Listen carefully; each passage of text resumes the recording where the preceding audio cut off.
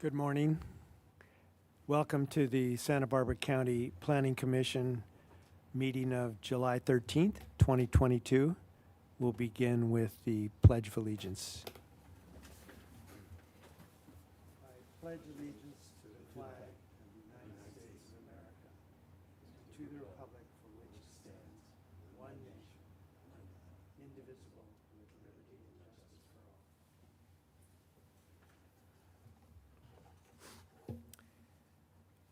Two of our commissioners are en route and will join us shortly, but we'll get started with our administrative agenda. Mr. Villalobos, if you will please call the roll and make the TV coverage announcement. Thank you, Chair Cooney. Planning Commission hearings are televised live on County Santa Barbara Television, CSB TV Channel 20 at 9 a.m. in the Lompoc, San Ynez Valley, Samaria, and Arca areas. Rebroadcasts of Planning Commission hearings are on Fridays after 5 p.m. on CSB TV Channel 20.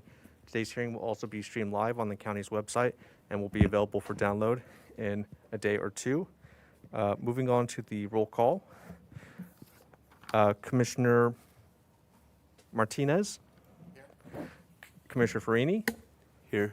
Commissioner Park. Here. And Chair Cooney. Here. And as Chair Cooney indicated, Commissioner Bridley will join us in a while. Thank you, Mr. Villalobos. Our first item of business is to reconsider the circumstances of the COVID-19 state of emergency, and I'm wondering if we could defer that in the hopes that Commissioner Bridley would be here for a full commission discussion of that issue. Does anyone have any objection to that? No? Okay. We'll go on through the administrative agenda. The next matter is the agenda status report, and I believe our director, Ms. Plowman, will be giving that this morning. Good morning, Mr. Chair. John Zorovich is going to be the acting secretary today, so he is going to do the agenda status report, and then I will follow up with the director's report. That's great. Thank you very much. Mr. Zorovich, good morning, and I'm glad to have you here to back us up. Good morning, Mr. Chair, members of the commission. It's nice to be here again.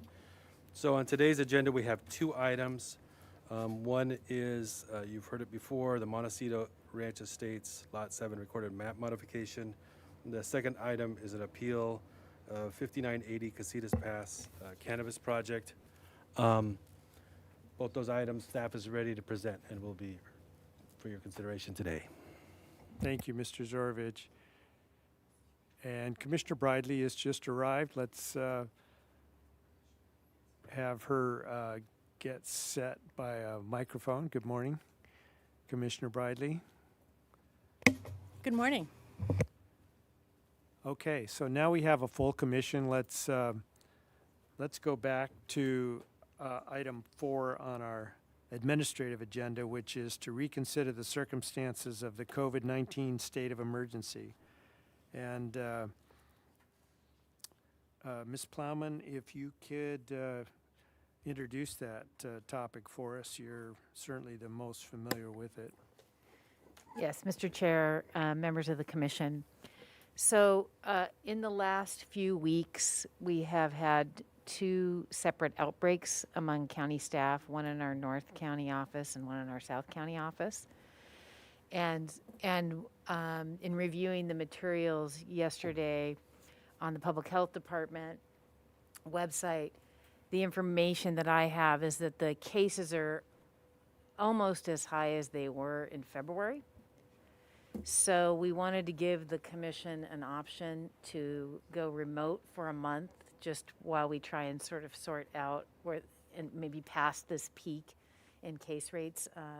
The new information on the 2 new variants that are out on Omicron is that they're extremely contagious, and which is, you know, we're seeing a surge because people have relaxed the mask wearing and indoor areas. And so we wanted to give the Planning Commission an option. We are requiring masks in the office now just to protect our employees. And so this is your opportunity to make a decision about what would you like to do for the next 30 days. while we try and manage the spike. Certainly, it's a wishful thought that we would be able to resolve this sufficiently in 30 days. I'm wondering if it isn't going to be a state of life for a while, and we really should be looking long-term. But 30 days is the motion before us or the consideration. Any input from commissioners? Over here. Yeah, Commissioner Farini, sorry, I'm not looking for Thank you in you, the right Chair place. Cooney. Yeah, prior to the meeting, I did have the opportunity to talk to some of our staff, and I have a better understanding of the potential for outbreaks and the outbreaks that they've already experienced. So I would support the motion of giving this a 30-day cooling off period on in-person meetings, and let's see if they can get things under control and get the level of comfortability up, if you would. Commissioner Martinez. Okay, I think I have this. So if, hello? Okay, there you go. So if I'm understanding that in this 30-day period, are we going back to the Zoom sessions? Yes, Mr. Chair, Commissioner Martinez, we would go back to the Zoom sessions. Okay. Yes. So that's what the motion's really about. Okay, Correct. thank you. Correct. Commissioner Briley, Commissioner Park, any No. comments? Sorry. I'm fine with that. I'm easy. Yeah, I'd be inclined to defer to what staff prefers. I mean, we kind of lead different lifestyles. I spend most of my day outside with horses and dogs, and you know, they don't give me much chance to get COVID. But I think staff is at it 24/7, it seems like, and if this is what you want, this is what you should have. Just to add my comments, of course, we think first of our staff, and we rely on them completely for our agendas and our proceedings. And it was when we met in Santa Maria in June, it was a great relief. I felt delighted that the commission could confer in person and appear in person, and staff was there to support us. And this is a big disappointment to have to face the possibility of an open-ended time to go backwards and meet remotely. I just returned from a long trip to Europe on airplanes, 4 separate airplanes, and I believe that while masks were not required, many people did use them and confined the spread sufficiently. So, you know, I would certainly support being open. I will be eager to see if there's any change next month, and would urge, if there's not, we do what we're doing today, which is socially distance within this room. We have doors open, and staff, many of us are wearing masks, and I think we could avert any spread in that fashion as well. But if somebody who supports it would make a motion to accept the state of emergency declaration, we can have a vote on that. So Commissioner- move to accept the emergency declaration. Is there a second? Second. Commissioner Farini, thank you very much. Mr. Villalobos, if you'll call the roll, please. Commissioner Bradley, Aye. Commissioner Park, Do we need to call the roll when we're all here together? But I vote aye anyway. Commissioner Farini, Aye. Commissioner Martinez, Aye. and Chair Cooney. Aye.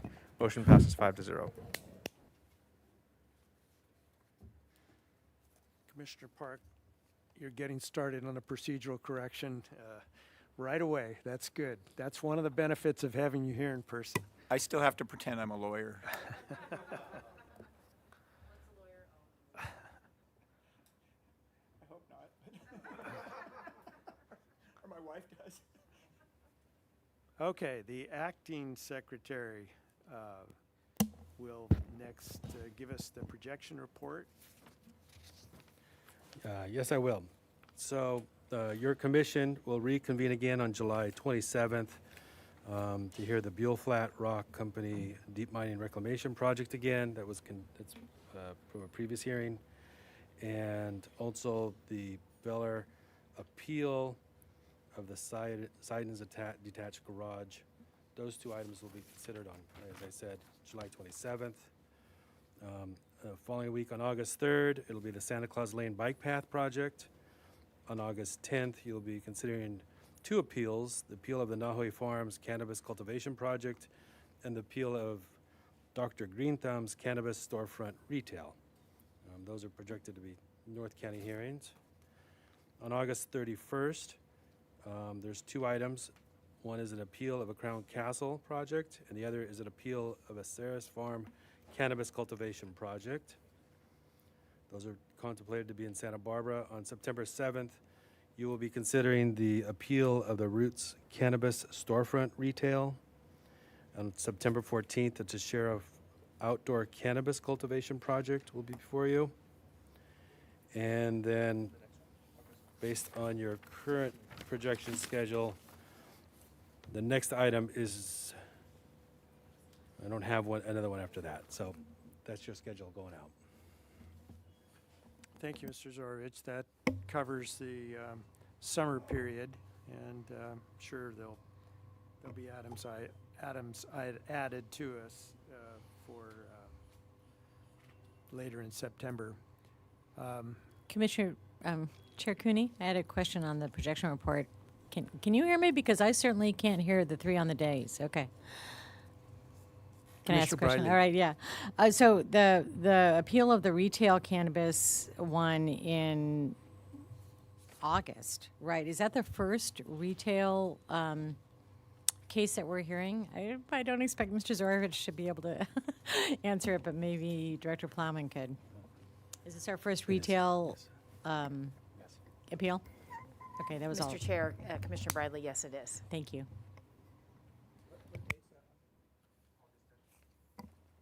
Mr. Chair, Commissioner Park, it's August 10th, yeah.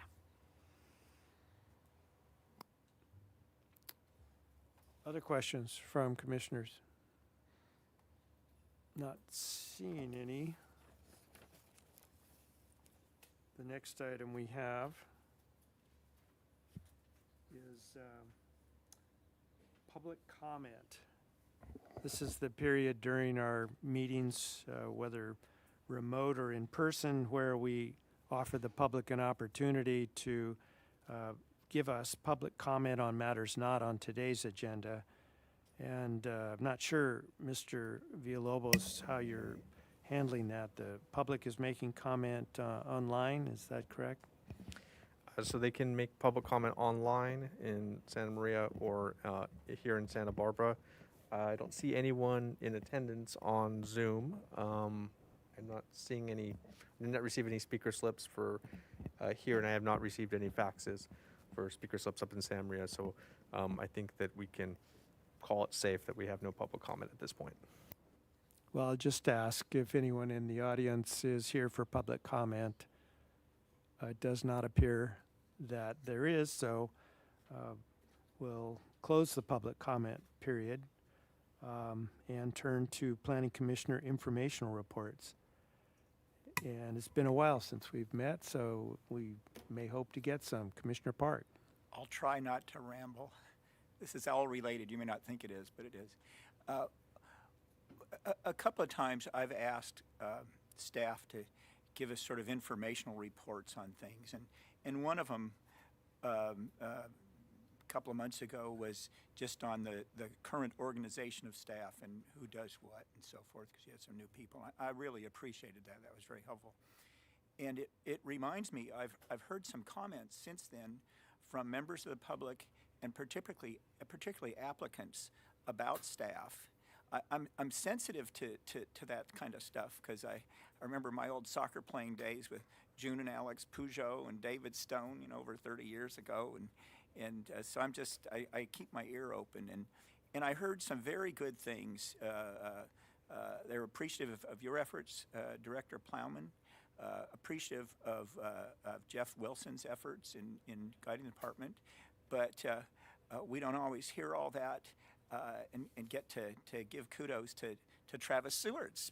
But I heard from applicants in particular that they particularly appreciated your efforts to keep things practical, moving, and answer their questions. They really had a lot of good things to say, so I thought you should hear that.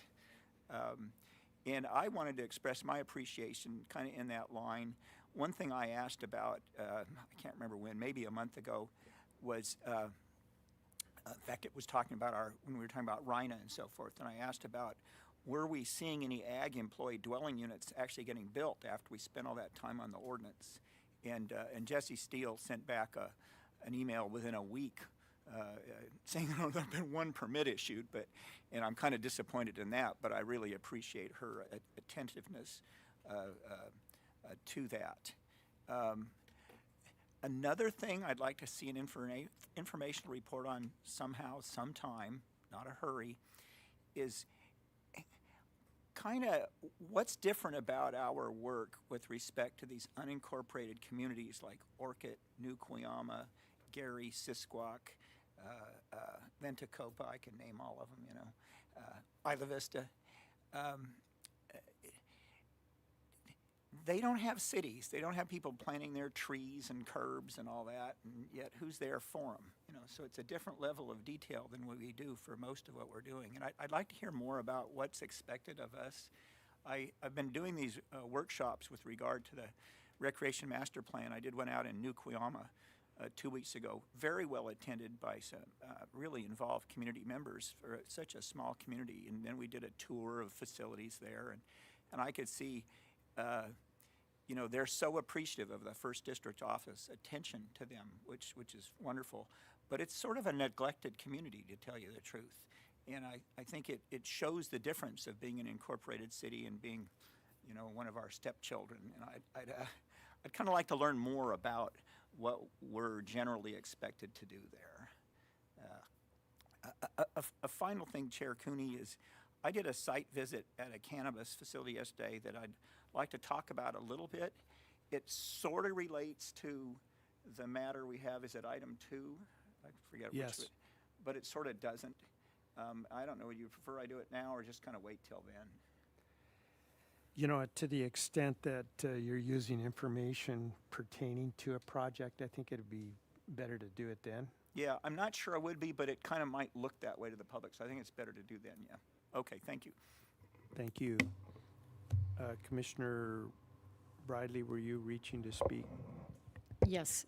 So on the informational reports, I just have a quick, following on with Commissioner Park's compliments to staff. I went to the housing conference that was really focused on the whole world, and it was a wonderful example of multiple cities, city of Carpinteria, Santa Barbara, Goleta, and the county of Santa Barbara. And I have to say, sitting deep in the audience, that the county really shined. Jesse and Dan Clement gave some overarching remarks, and I thought it was very constructive. And what they were all talking about was the housing demand that we all hear about occasionally. And so I'm sorry if I'm stealing Lisa's thunder, but it was very well organized. It was very well attended. It was well marketed. There's a survey going on now about the county's housing element, right? And I'm as a practicing planner, I found it really helpful and comforting in that every single agency is struggling with the same thing that the county is. So anyway, that was really great on June 22nd. And then secondly, just kind of building on what Commissioner Park said, I see our role in all the unincorporated areas as being like planning commissions for little towns. But I'm not sure how much is going to come of a work session about it. They all have their community plans. They're all or they're by the comprehensive plan. So I don't know what we're going to get out of a work session, but I defer to the rest of the commission if they want to have more discussion about it. They are little cities, and yet we are the decision makers slash, the Board of Supervisors. So it's always been the way it is. So, thank you. Thank you, Ms. Bridley, Commissioner Bridley. The cities all have the right to incorporate, so we have some incorporated cities and some de facto cities in our county, and it's up to them, and that should be up to them as to whether the benefits of incorporation outweigh the disadvantages. But I like to think that many of the unincorporated towns and cities are in fact well served by the county, and that's certainly our goal here. One other thing on commissioner reports, and I'll ask Director Plowman if she was going to make remarks about the state parks decision to delay implementation of the entrance project at El Cap Park. If you're going to talk about it, I won't, but I would just say I received a press release that I guess has been published by some of the press indicating that the El Cap State Beach is open for camping reservations for August 31st through November 30. And that was going to be a time when they were preparing the improvements that were seen and approved by the commission a couple of months ago. So that was significant news. If people haven't heard about it, they should get more information, because the park is going to be open to the public, not only now, but for the next few months as well. The project is not off the books. It's just been delayed for a while to get the appropriate approvals and everything that is needed.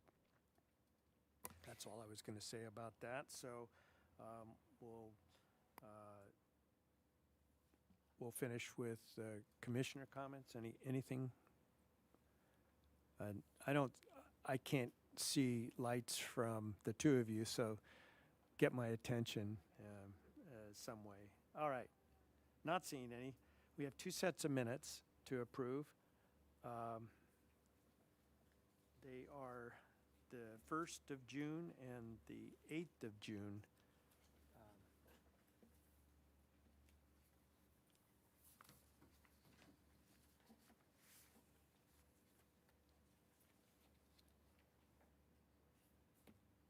As to June 1, commissioners, any changes, commissions, or a motion to approve? Commissioner Bridley. I'd make a motion to approve the minutes of June 1 as submitted. June 8th. Yeah, June 1 as submitted, sorry. All right, great. That's the motion. Second. Commissioner Farini seconds. So all in favor, say aye. Aye. Any opposed or abstains? Abstentions? All right, that motion carries, and we next have the meeting of June 8th. Well, so move to approve the minutes of June 8th as submitted. Or, Second. All right, thank you, Commissioner Briley, Commissioner Farini. There is one change I'd suggest on page 3 of these minutes. We, as a practice, whenever a commissioner's name is mentioned, it's preceded by the word commissioner. And these minutes on page 3 omit commissioner and simply refer to Commissioners Bridley and Farini as such. So I'd like to have these amended to add the word commissioner before the two on page 3. Happy to do so. Thank you very much, Mr. Villalobos. With that change, I'm prepared to support the motion. All those in favor indicate by saying aye. Aye. Any opposed or abstentions? None. Okay, we have both sets of minutes approved, and that leaves the director's report, and how great to have it momentarily in the presence of the director. I'm live and in person. That's a lot right I there. know, just I saying. know. Yes, good morning, commissioners, and it is really nice to see you in live and in person. And I'm, disappointed that we are where we are with the virus and having to kind of roll things back a little bit. So hopefully we will be back in person later in August. It's a valuable opportunity to meet and see people and be able to coordinate in this hearing room and whatnot. And I really appreciate the commission considering the staff's concerns about the transmission of the virus. We've had a number of people in our department here just in the South County have it just in the last 2 weeks. So, and some have been quite ill. So we really appreciate your consideration of that. We have managed to keep our counters fairly, operational throughout the COVID crisis. And we had started having some walk-in times. And because of the outbreak that we had, we have tried to push everything we can to virtual appointments or, deal with things over the telephone or whatnot to keep the public safe as well as our staff safe. So we'll be doing that for the next few weeks. If somebody comes in, we can try and work with them, but we're asking people to be wearing masks in our offices just for everybody's safety. I did want to remark, thank you, Commissioner Briley, for mentioning that housing workshop. It was very informational, and I think it's the first of that kind that we've had over the years. And so it was all the South County jurisdictions came together to talk about what was happening in their housing elements. And it was, I think, very helpful to understand what each jurisdiction is, their schedule is, and sort of the issues that they're dealing with. And as Commissioner Briley indicated, we are all dealing with the same issues and the sort of flood of changes that have happened to the housing element law that we've seen and the complexity of the process now that we have to go through and the rigorous review that has to happen with HCD. And what we're hearing throughout the state is that it's very, very hard to get your element to be found in compliance. There's a number of reviews that have to happen with HCD before they finally find you to be in compliance, which is, and they're, they've got new staff and they're backed up, so it's just quite a process. I am meeting with one of our local legislators to talk to them about that process and explain kind of how it is on the ground. I think there's good intentions in the state legislature about advancing bills and creating new law to get more housing on the ground, but sometimes those things, when they hit the ground in the agencies, are much more complicated and not as straightforward as they had hoped, I think. So we're gonna be making efforts to try and educate our local legislators about that. We are still watching the Brown Act laws.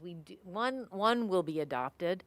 That will allow for some remote testimony by planning commissioners, and we have supported one that doesn't require the posting of information about where that commissioner is.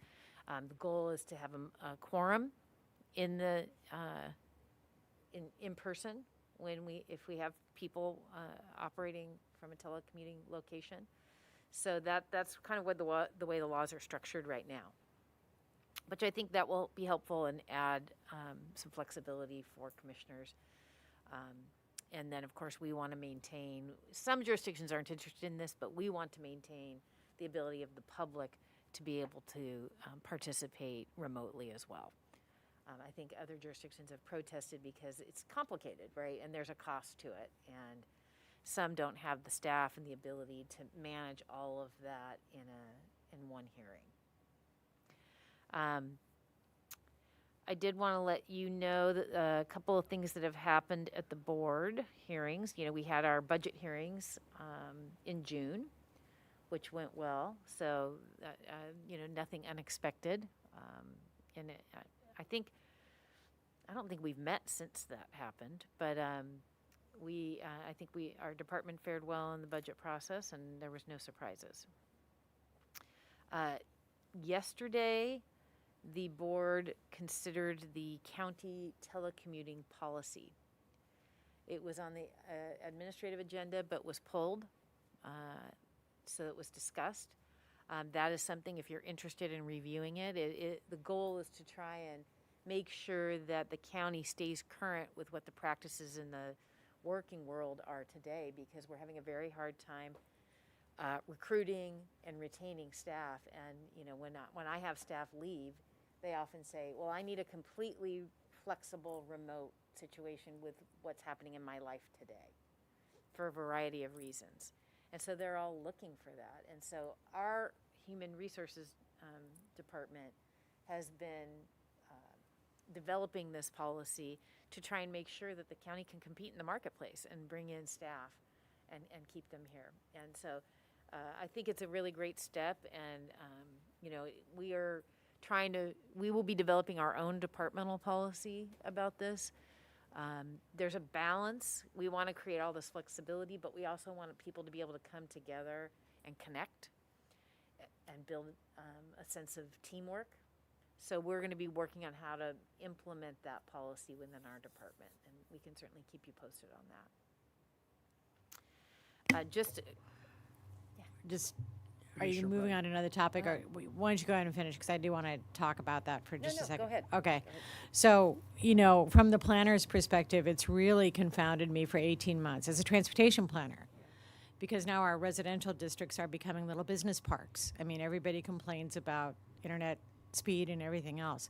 So I'm glad to hear that the county's moving into this forward, and I can see, it pains me because I am of the age where going to meetings is more productive for the way I work.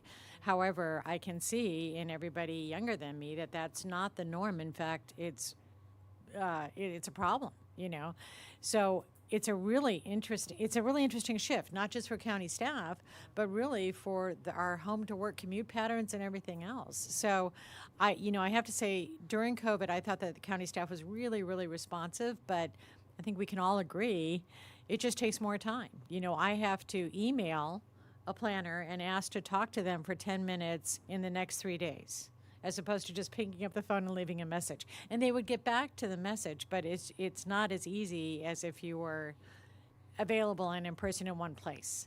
So I don't know if that's a shared concern of the rest of the commission or the public, because I guess if it's a telecommuting situation that you need to grant to employees to get them, then I wonder what the expectation is for them to use a cell phone in addition to their office phone.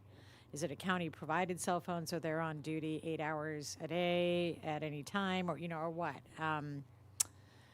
Do you know what I mean? It's a tough call. Yeah, Commissioner Chair Cooney and Commissioner Bradley. So, in our policy, it lays out what the staff have to provide in terms of their own resources, but none of our policies about responsiveness have changed.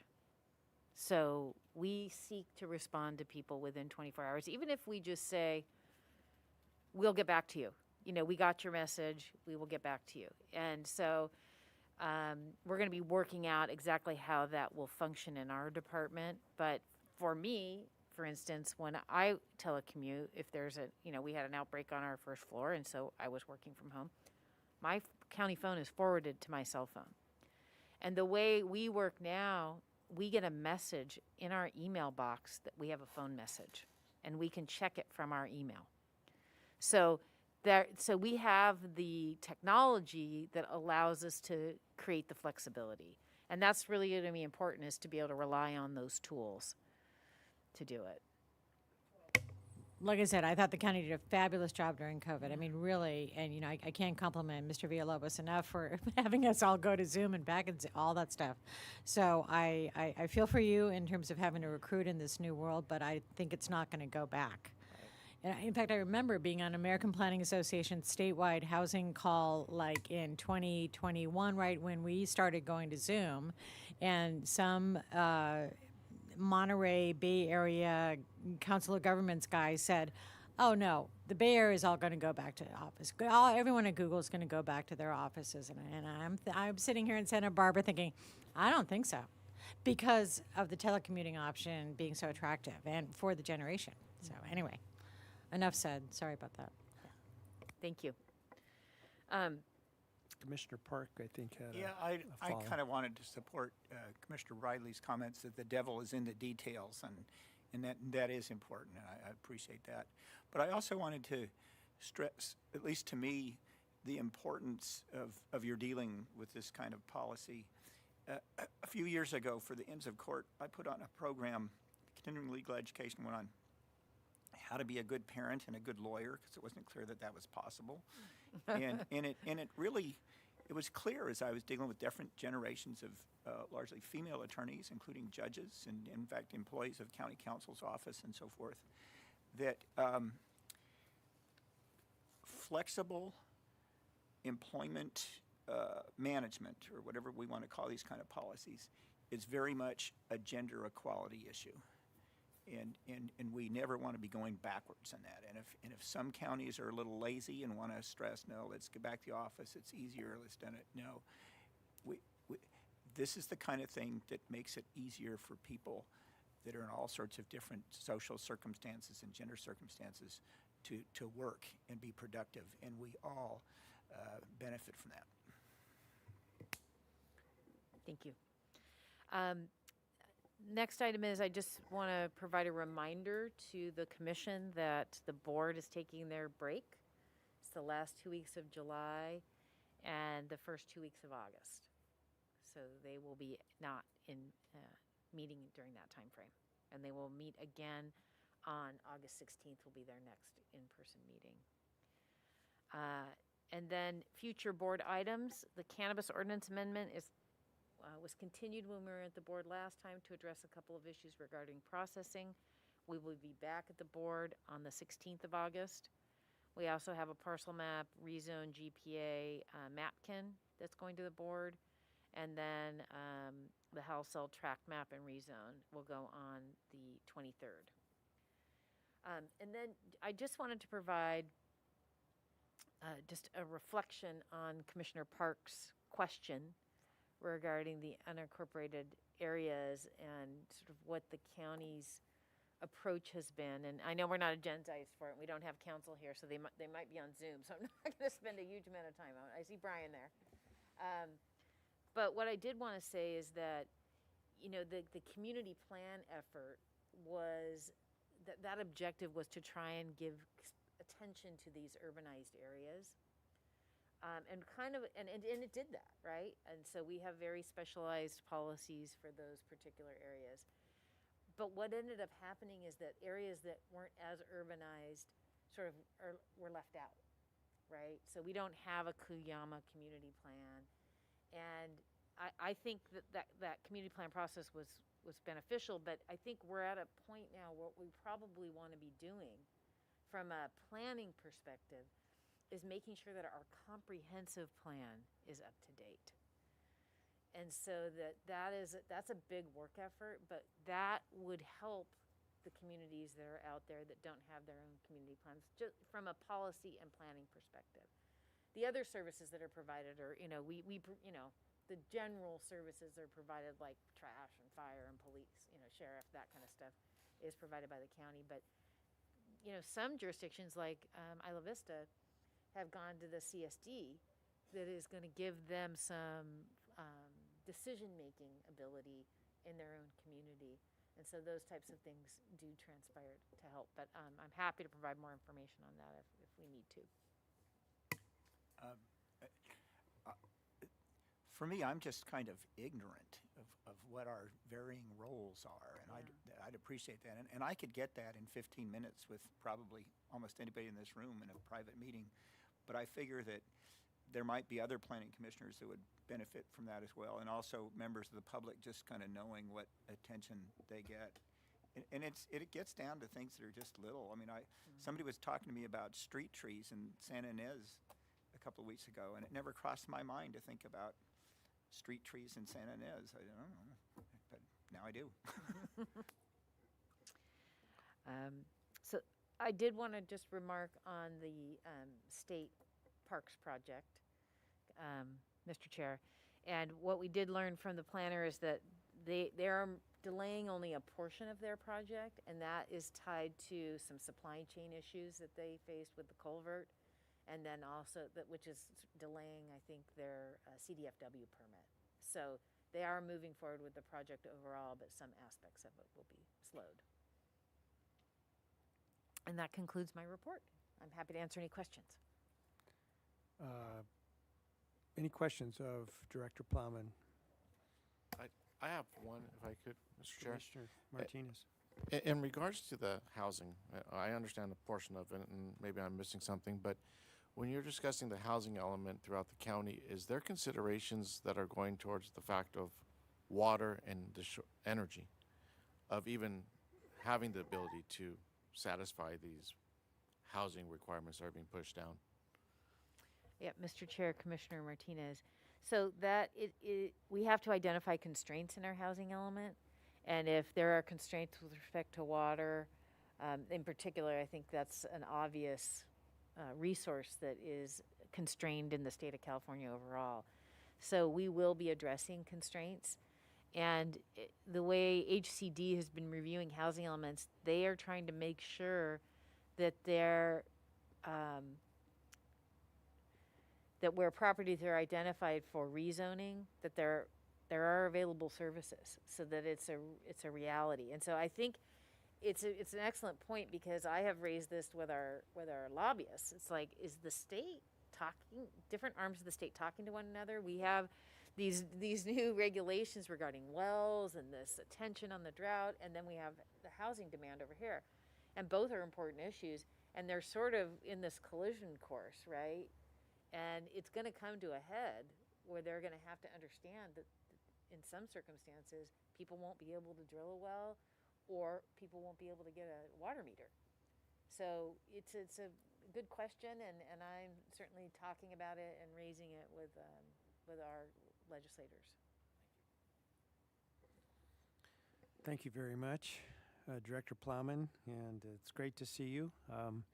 I know you can't stay all day, but as long as you're here, we appreciate your support.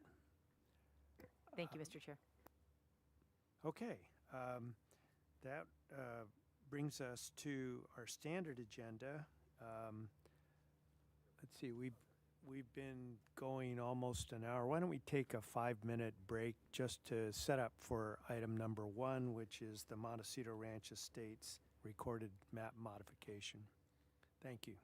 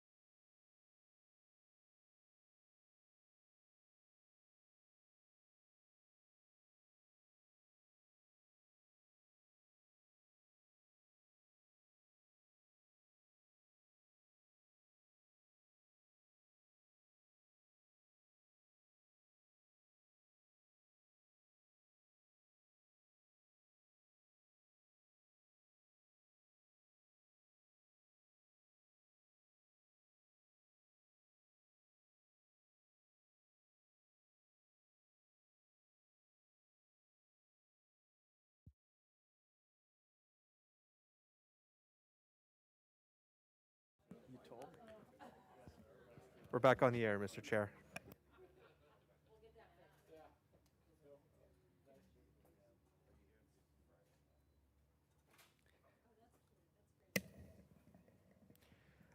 Mr. Chair, would you like me to read the first item into the record? Please. All right, great. The following is a hearing on the request of the owner, Montecito Ranch Estates, to consider case numbers 21 RMM 2 and 22 CDP 49. To consider the addendum to the final mitigated negative declaration 11 NGD 20 pursuant to the state guidelines for implementation of the California Environmental Quality Act. Thank you, Mr. Villalobos. Welcome, Mr. De Los Santos, and you'll present this morning. Thank you.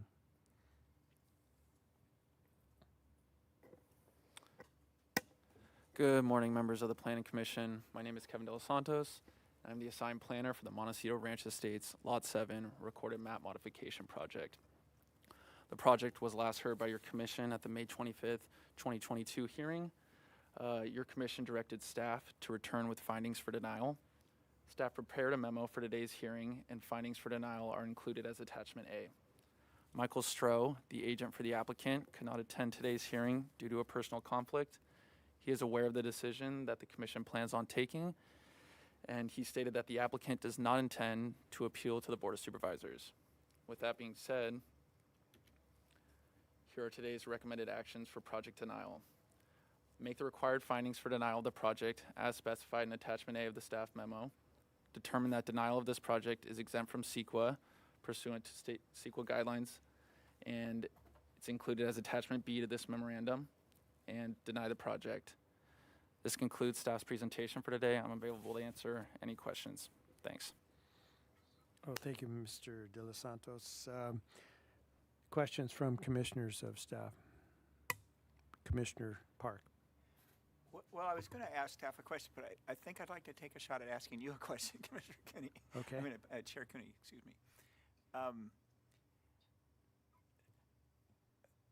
You know, I don't have perfect memory of each hearing, and this was, I can't remember how long ago, but my recollection in supporting the motion for continuance was, one, the commissioner in whose district this project lies, which is Commissioner Cooney, asked for that. I'm always going to support that, channeling my inner Dan Blau here. And I also felt that there had not been very much public comment on the project, and that surprised me a little bit. So I wanted to see if there was, you know, give people an opportunity to do that. And if I'm following the website right, I don't see that there really was any additional public comment. Is that right, Mr. De Los Santos? You know, in writing? Commissioner, through the chair, we did have one more letter come in from we did? public comment. Was that the Nancy and David Hill letter, or was that was already in? Commissioner, through the chair, the Nancy and David Hill comment came in for the first hearing. We had a new comment come in for this hearing. Oh, okay. Well, maybe I missed that. Anyway, and I thought, okay, well, it's good to have the alternative for the project denial finding, but I had not made up my mind on the project even tentatively. So I guess that's my question for you, Commissioner Cooney. Are we going to have the regular hearing and deliberations on this, or what? How are we going to proceed? Well, I think we now have findings for denial. That's the only difference. The project has not been decided, so we will certainly have public comment to the extent it exists, and we won't have a presentation by the applicant in this Right. case. That's the difference. Okay. Well, then can I go forward with a question then of Mr. De Los Santos? Are you able to pull up the Hills letter? Is that something you can easily do? It made some recommendations.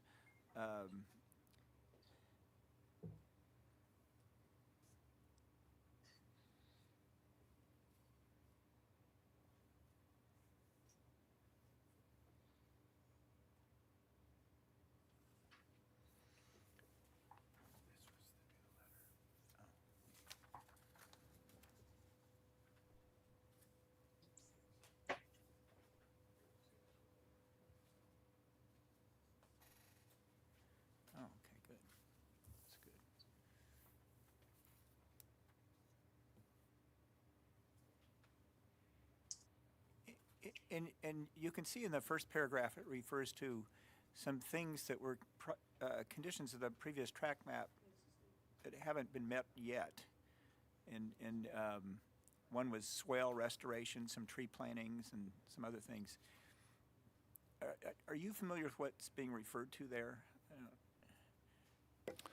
Commissioner, through the chair, I am familiar with the past conditions. I'm not familiar with the interested parties' first paragraph about these.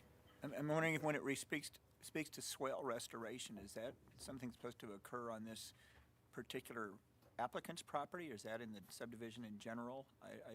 I'm trying to search for the relevance of those requests to this particular project, see if there's just what the connection is and so forth. Recognize experienced planner, supervisor in this case. Commissioner Park through the chair. So the swale restoration, it's primarily affecting lots 1 and 8 on within the subdivision. It's to the north of lot 7.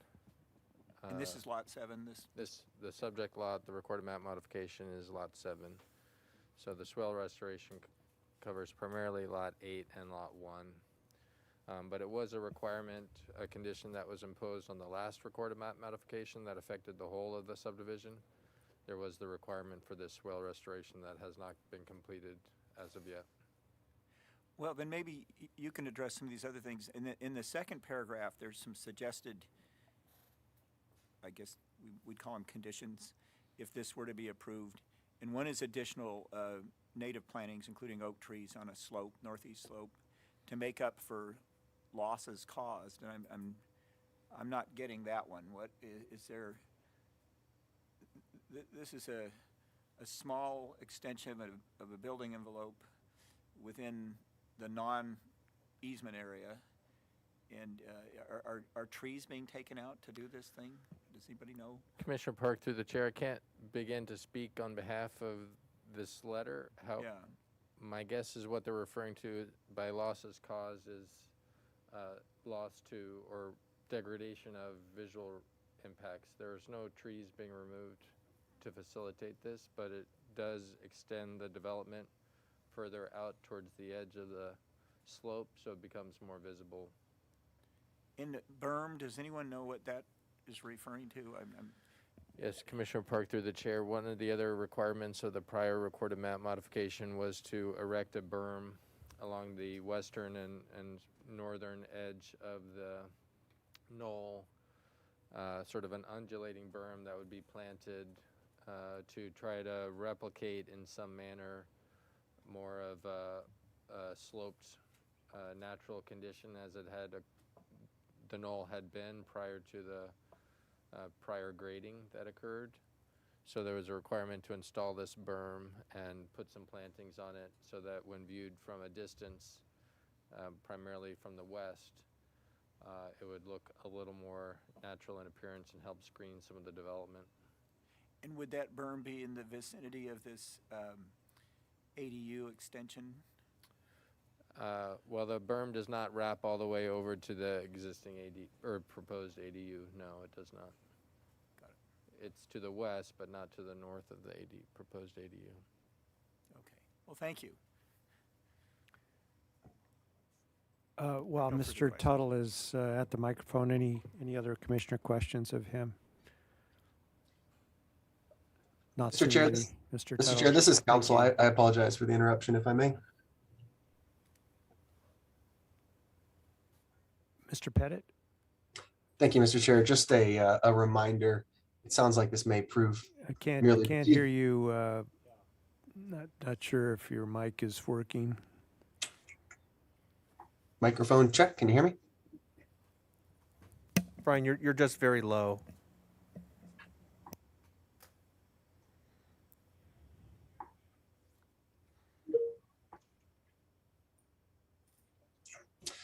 I'm getting word that I'm fine on Zoom. Is there? If you have comments at this point, Mr. Pettit, maybe you ought to come down and you can make them on the podium.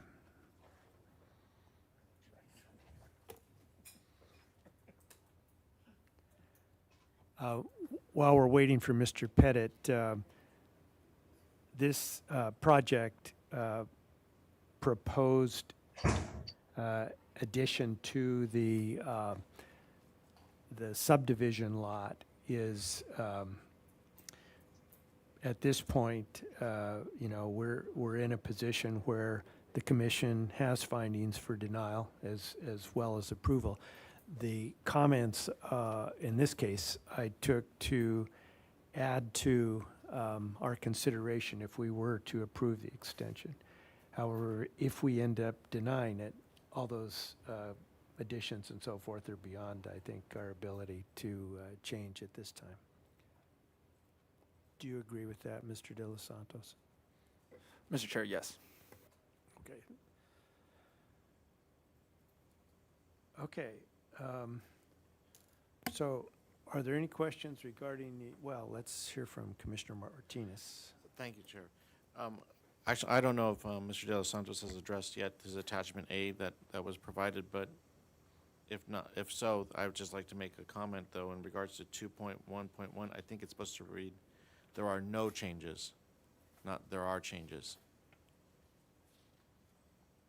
In line with the body of the paragraph, which says that the Planning Commission finds that since the existing building envelope was recorded, there has not been a change.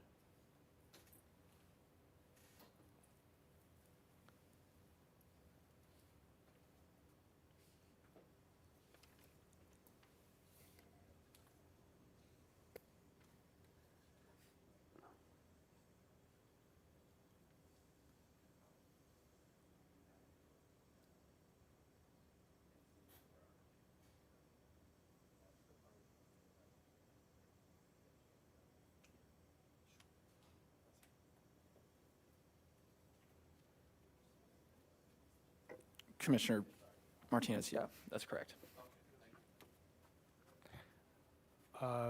Mr. Pettit, please. Thank you for coming down. Certainly, I apologize for the disruption, Chair. Just a reminder to call for any new ex parte communications before hearing third-party testimony. Thank you. We will, thank you.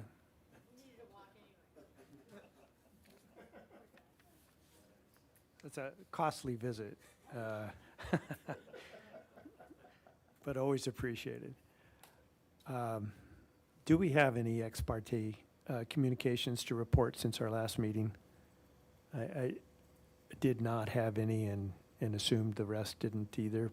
Is that the case? Nobody had any. Okay, we've covered that. Once we finish commissioner questions, in the absence of the applicant, we will ask for public comment on the matter, and then we'll turn it back to staff. Anything else from the commission? Okay. Are there any members of the public, Mr. Villalobos, that have signed up to speak on item 1? We don't have any joining us via Zoom. I would just ask if anyone in the room would Is like to submit anyone here for item 1? I think everyone is here for item 2 or to watch us. Let's bring it back to staff. Mr. De Los Santos has prepared findings for denial. We've all had a chance to review those. I'm prepared to make a motion, but if another commissioner is inclined to do so, I would open the floor for that. Not seeing any. Okay. Chair Cooney, Yes. if I may, and I just noticed another one in 2.1.2 of attachment A. I think it should read that the recorded final or parcel map or lot line adjustment as modified does result. Because I believe in the second page of this document, it says there's a finding that thus resulting in greater density of development than what was originally intended. So with that modification, I would second your motion. Mr. Chair, if I could just clarify Yes, on please. that language, and to your prior comment as well, Commissioner.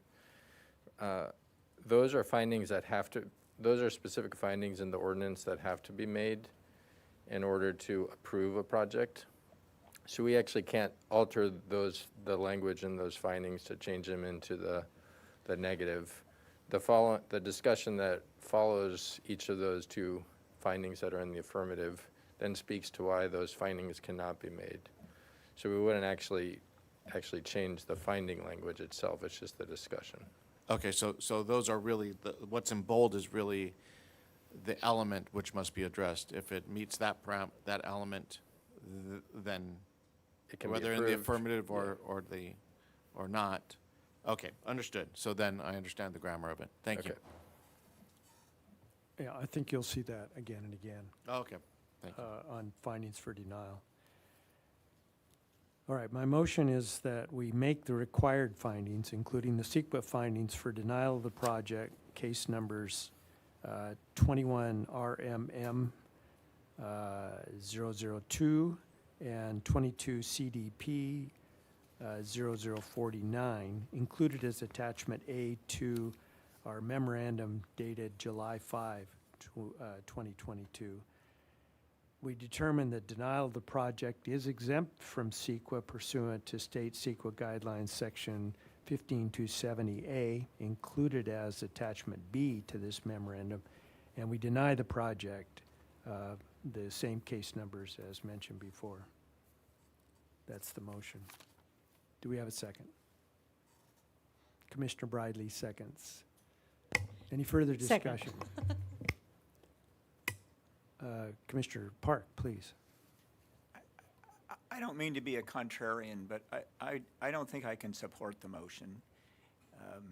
And I'll tell you why. I wanted to see if we received a lot of public opposition to it, and then what the quality of that was, what people said, and there wasn't a lot, and people made the point that Mr. Evans did in his letter, that this has sort of been looked at before, and obviously it would in a subdivision map approval, but we've had some drastic and considerable legislation on the state level about ADUs, and it makes it very clear that ADUs are encouraged, the ability to build them. Here we run up with a practical problem that there's no room for an ADU except for without extending this building envelope. And frankly, if this was anywhere other than in a coastal area, I think it would be a no-brainer that the building envelope goes out the window, because the so-called exempt ADUs can be within 4 foot of a property line. So I'm uncomfortable with effectively denying the right to build an ADU here. And I'm going from memory, and my recollection is looking at the site plans for the whole project, that the other lots did have more room on their building envelopes and had more room for an ADU without going through this process. So I think there's a fairness issue there. I'm also a little concerned that somebody may, in a court of law, see things differently than we see them right now about the primacy of the Coastal Act over these state legislation things. I'm also a little concerned, okay, you go back and say, oh yeah, you can't build out, so build up. And then somebody builds up, and the neighbors say, well, gee, that's an unintended consequence. If I'd realized they were going to block my view by going up, maybe I wouldn't have opposed what was going to be extended. And then referring to the extension itself, it's in the same general outline as the residence that's already there. In fact, it appears to just mirror it, not even mirror it. It just replicates the same wall outline. It just pushes it out somewhere. So I think it's generally reasonable. So I would actually support the application given all those things. And so I will vote no on this motion. Any additional comments from commissioners? If I may, Oh, yes. Mr. Chair. Yeah, I hear my fellow commissioner says about this and about the ADUs, but I can't help but thinking that when somebody is looking at purchasing a piece of property, they have the professionals helping them, they're looking at what their building envelope is, and when they get into the property, they and their professionals accept what it is. And that's taken into consideration in general. I'm not the biggest fan of when somebody says, well, I know I bought what it is, but I'm going to change it in the midst of what I want. And I'd imagine when these building envelopes were made, there was, and I think it was even discussed before, that there was a lot of community interaction at that point, and and not being part of that community interaction, I'm going to, at least in my decision, I'm looking to at least reflect on it and honor it in what was decided and what was ultimately the final decision, and which was purchased when you purchased this property and build upon it. And that's where my reflection is coming, and that's my considerations in making my vote to support the motion. Well, thank you very much, Commissioner Martinez. And Commissioner Park, because you both presented, I think, another situation which was referred to by Director Plowman earlier. We have a collision of policies here. The ADU policy is new. They're heartily encouraged because of housing shortages throughout the state. But where's the limit? If we have other well-grounded policies in terms of specific project like this, which was actually the result of a dramatic grading of the top of a knoll, and so prior commissioners and the Board of Supervisors adopted a specific plan to protect those views from public places and from within the subdivision itself. And I feel obligated to support those policies, and until and unless the legislature decides that they are, or a court decides that they are subservient to the need for ADUs no matter where they go. This will affect not only this property, but the entirety of Montecito, and they're definitely going to be worked out. But I appreciate Commissioner Park raising the issue and recognizing that there is a conflict of our public policies in this area. But I think the proper thing to do is to move on with the vote and look for another opportunity to encourage ADUs in a more appropriate place. Commissioner Park. I want to make one other comment that follows up on that, and I don't mean to slow this down, and I don't think this will change the vote, but there's an irony here that the current law on ADUs will allow people that want to build them to jam them into the smallest lots in the most urban neighborhoods. And that's something that people that own properties in the suburbs and urban neighborhoods and all that are going to have to face. The irony I see is that, we're protecting views and property rights for people that have a lot of money to buy these expensive properties there, and yet that same thing is not afforded to most of the rest of the county, and that's just something a little disturbing to me, but I don't know what to do about it. So thank you. Thank you, Commissioner Park. Any further comments from commissioners before the vote? Not seeing any. Mr. Villalobos. Commissioner Bradley, Aye. Commissioner Park, No. Commissioner Farini, Aye. Commissioner Martinez, Aye. and Chair Cooney. Aye. Motion passes 4-1. Thank you very much. Okay, we have one other matter on our agenda today. Let's start that at 10:30, if you will. It's now 10:24.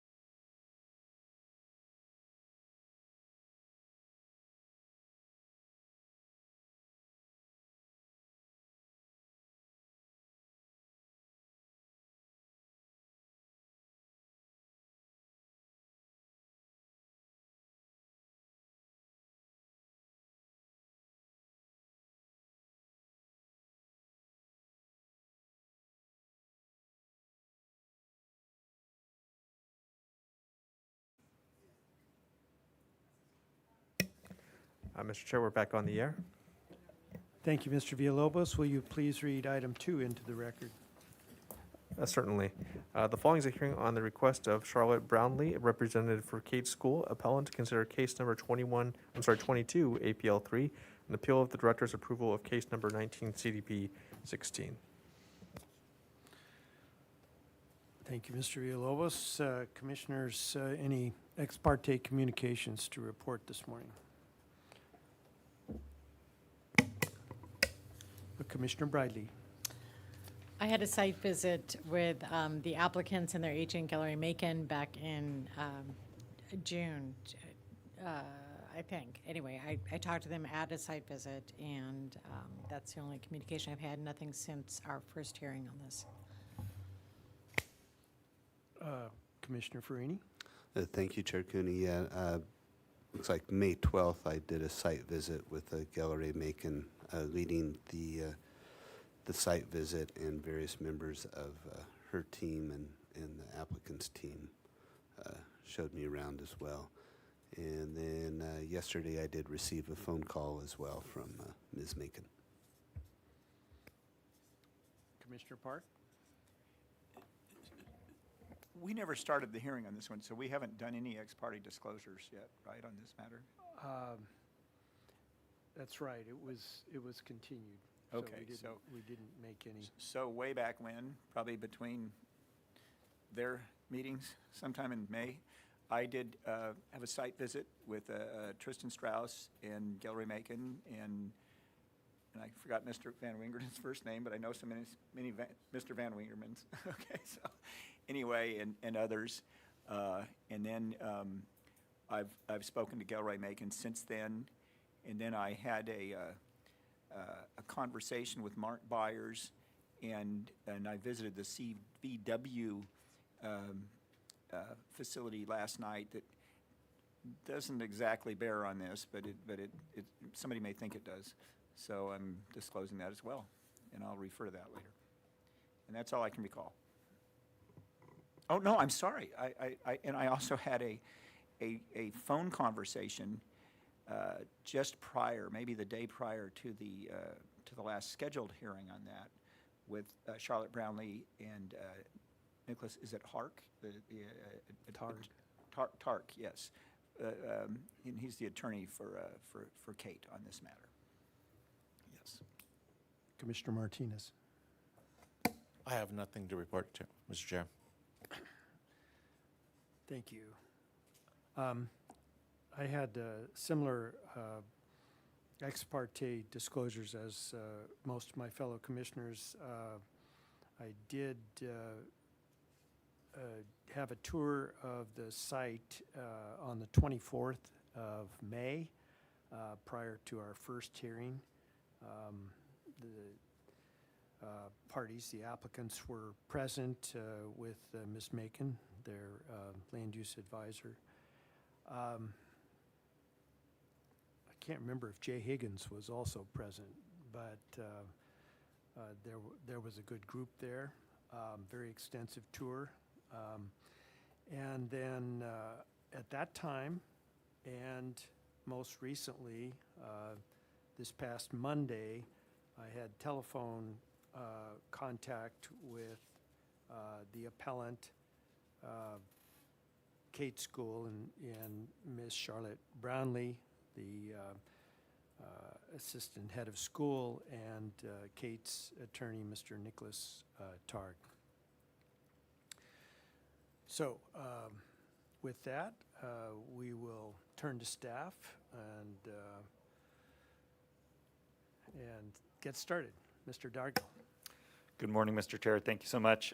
Today we have Ben Singer that will be presenting remotely on Zoom. Mr. Singer? Thank you, Mr. Dargill, and please, if you can, confirm that you can hear me all right, as I know Mr. Pettit had issues earlier. Yes, we can hear you. Perfect. Good morning, Chair Cooney and members of the commission. You can hear me very well, I guess. So can the people outside, but It's all right. Just trying to make sure everyone in the audience hears me as well. I'll speak quietly for once.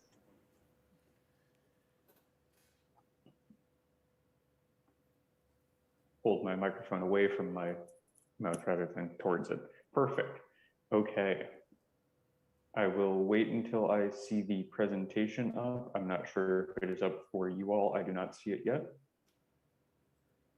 I see it now. Thank you. Today, as mentioned, I'm presenting case 22 APL 3, which is the appeal of 19 CDB 16 by the Kate School. This is an appeal of the 5980 Casitas Pass Cannabis Cultivation Project. It was continued from the June 1st hearing, and as mentioned, was not heard at that hearing. It was continued before the item was started due to the length of the other items in the hearing that day. Next slide, please. The site location is shown here with the star. The project site is located off of Casitas Pass Road, or Highway 192, northeast of the city of Carpinteria, which is shown in pink. Also shown here are Highway 101 and the Monte Vista existing developed rural neighborhood, which is the closest EDRN to the property. The area in blue are the properties owned by the Kate School. They are just over 2,200 feet away from the project site. The nearest residential area to the project site is the city of Carpinteria, which is just over 2,800 feet away. Next slide, please. This is a closer view of the project site. It's a 15.32 acre parcel shown in red. And again, Casitas Pass Road is also shown here. Next slide, please. The proposed project is to allow approximately 8.98 acres of cannabis cultivation within an existing greenhouse and processing building.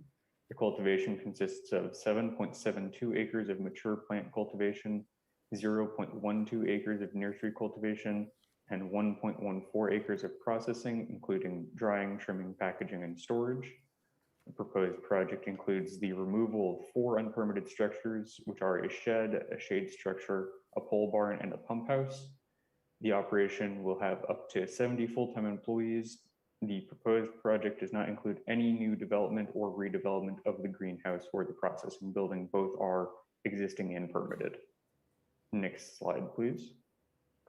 The site plan is shown here. The existing greenhouse and processing building are shown in green.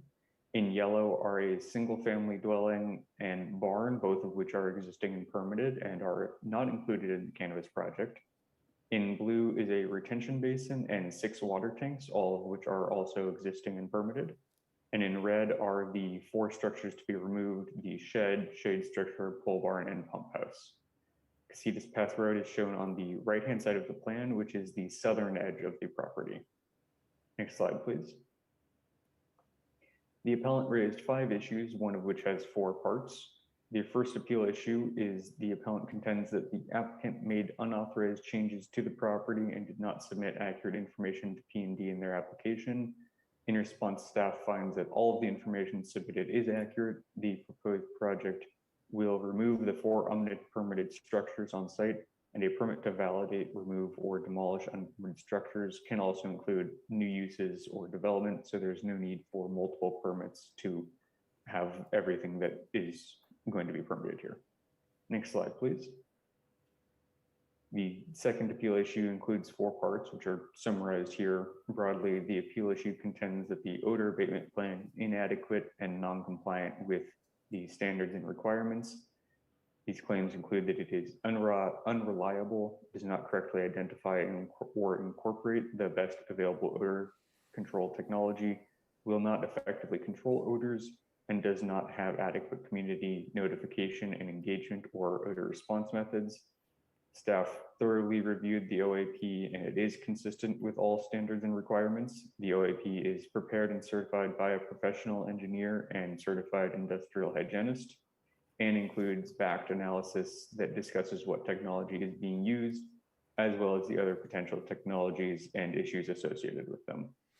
The OAP also includes community engagement and notification consistent with Article 2 and has additional odor response protocols beyond what is required by the county's ordinance. Next slide, please.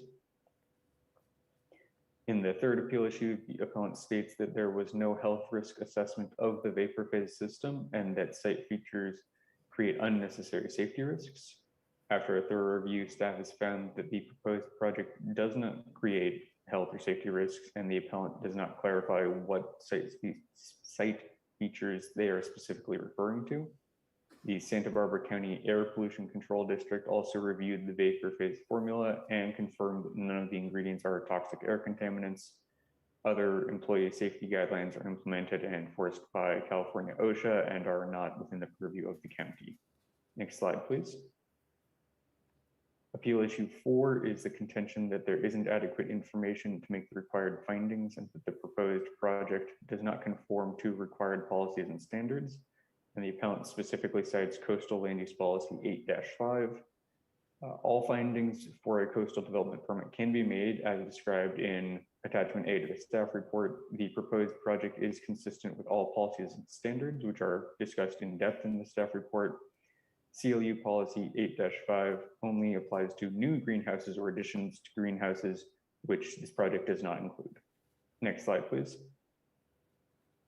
The final appeal issue raised in the initial appeal is that the project description is too general and does not address traffic and circulation or the adequacy of the septic system on site. Staff's response is that the project description and project plans include all information needed to analyze and approve the proposed project. The site transportation demand management plan includes trip reduction measures and discusses traffic and circulation. And County Environmental Health Services also reviewed the septic system and confirmed that it is adequate for the number of employees that the operation will have. Next slide, please. The appellant also submitted an additional letter on May 27th detailing 2 additional concerns. Staff submitted a memo prior to the June 1st hearing responding to these issues. The first issue raised is that the project does not have adequate water service because it was proposing to use water from a well on the neighbor property, which was not allowed per the permit that approved that well. As described in the memo, the project description has been revised to rely solely on the Carpinteria Valley Water District for water service. A can and will serve letter was provided by the water district, and staff confirmed with them that they provide water for all uses regardless of agricultural or residential use. They make no distinction. The second issue raised was the contention that planning and development did not perform adequate BACT analysis. As discussed in the memo and staff report and previously in my presentation, the OAP is consistent with all standards and requirements and includes BACT analysis specific to the proposed project and the subject parcel. Next slide, please.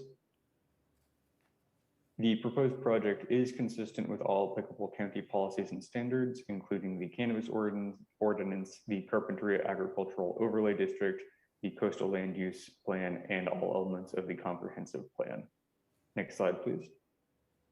Staff recommends that your commission take the following actions and deny the appeal, case number 22 APL 3, make the required findings for approval, including CEQA findings, determine that the previously certified programmatic EIR is adequate, and grant de novo approval of the proposed project, case number 19 CDB 16, subject to the conditions included in attachment B to the memorandum submitted prior to the June 1st hearing.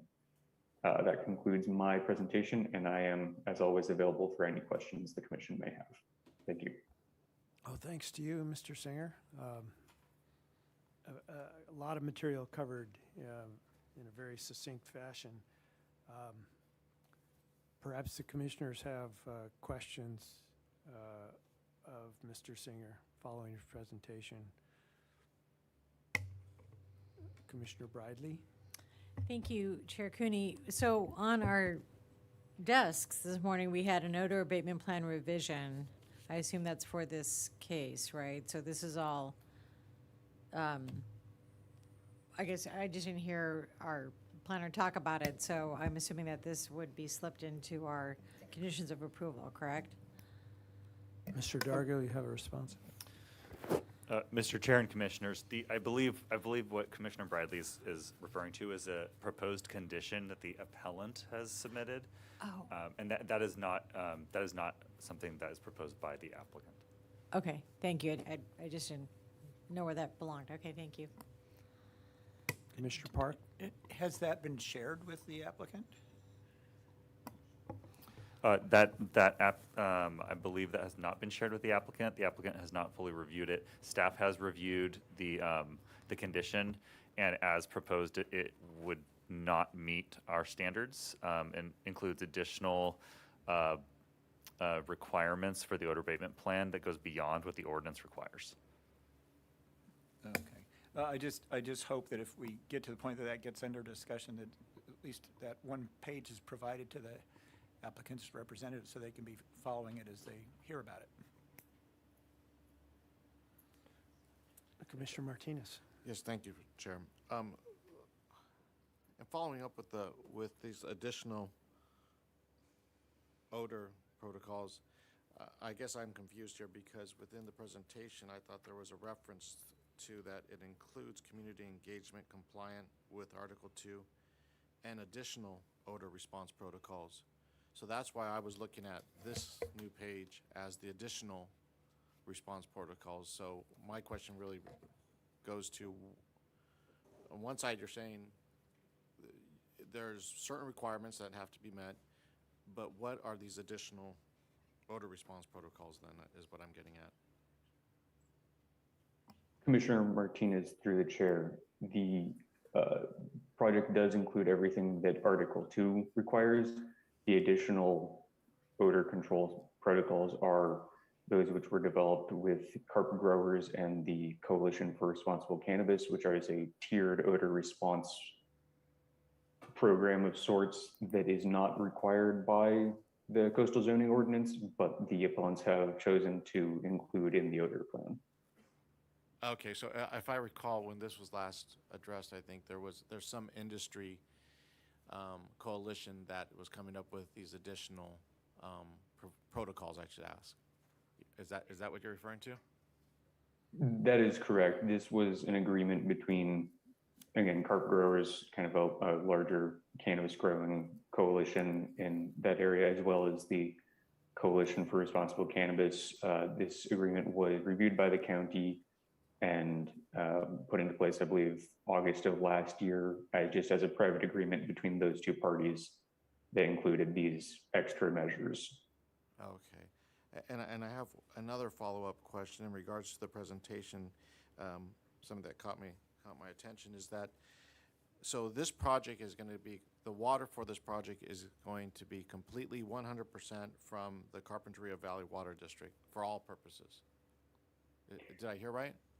Commissioner Martinez, through the chair, that is correct as it stands now. The project description does have a provision that if the well that they had been previously proposing to use becomes available for use, so if that well is changed in the future, they can draw water from that. But as the project stands currently, they will take all water from, or all outside water from the Carpinteria Valley Water District. I believe they're also intending to use the water that the retention basin captures and reuse that water and reuse other water that they have on site. Okay, but they do not have a well on site. Okay, so there's no well water we're talking about presently or in the future, is what I want to make sure I have clear in my mind. That is correct. Again, if the well that the neighboring property has becomes available, so if the permit or conditions that allowed that well change, then there's a provision that they can use water from that well. But since that is not currently allowed, they will not be using it until that may happen. Okay, so is there something in the background about, I keep on hearing you say something about a well change, if it changes to the well. So is there some effort to use well water? Commissioner Martinez, through the chair, in sort of this, there is a project on the adjacent parcel that is a serious project that will be coming to hearing on appeal before the Planning Commission at the end of August, that they have been trying to coordinate with to potentially change that requirement. The well was permitted, I believe, in 1990 with the provision that the water from that well would solely be used on the parcel that it is located on, so not for any neighboring parcel. But this other project may change that as a CDP, overrule the previous one to allow water from that well to be used on neighboring parcels as well. Okay. But for the present, right now, that's not even in the picture, at least. Correct. Okay. And that's on a separate parcel, which is not under review before you today. Okay. Well, thank you. Thank you for answering my questions there. Helps me. Commissioner Park? And we received 2 letters yesterday, is that correct, concerning the project? And I wonder, Commissioner Cooney, when do we want to address whether we allow those in the record or not? Probably before we turn to the appellant. But let's finish right now with questions of staff, if we can. Anything else from commissioners? I had one question, again, on water. You referred, Mr. Singer, to the can and will serve letter issued by the Carpinteria Valley Water District. That hasn't been made a part of our record here, has it? Mr. Singer? Chair Cooney, it has indeed as attachment D to the memo that was provided.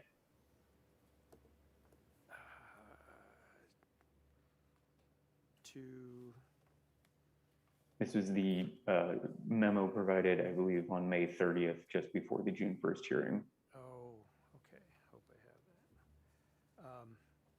What I'm curious about, and maybe you can save time by answering, is whether the letter issued by the district in any way contemplates the supply available might be restricted if the drought issues take precedence. My understanding is that the Carpinteria Water District now considers itself to be in stage 2 of the drought, which limits existing users' ability to draw from the district. And did the letter say anything that would suggest that the can and will serve is limited? Chair Cooney, the can and will serve letter does acknowledge the water shortage conditions. At the time that the letter was issued, the district was in a stage 1 water shortage, but it does still acknowledge that and understand that, and does specifically reference the agricultural water meter that the site has.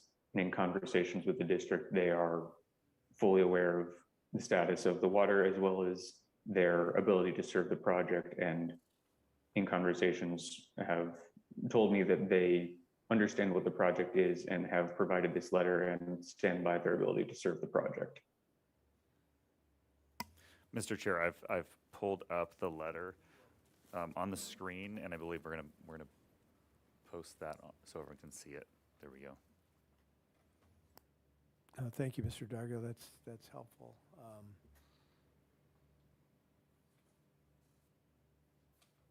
There we go. This letter is good for 1 year from the date of the letter.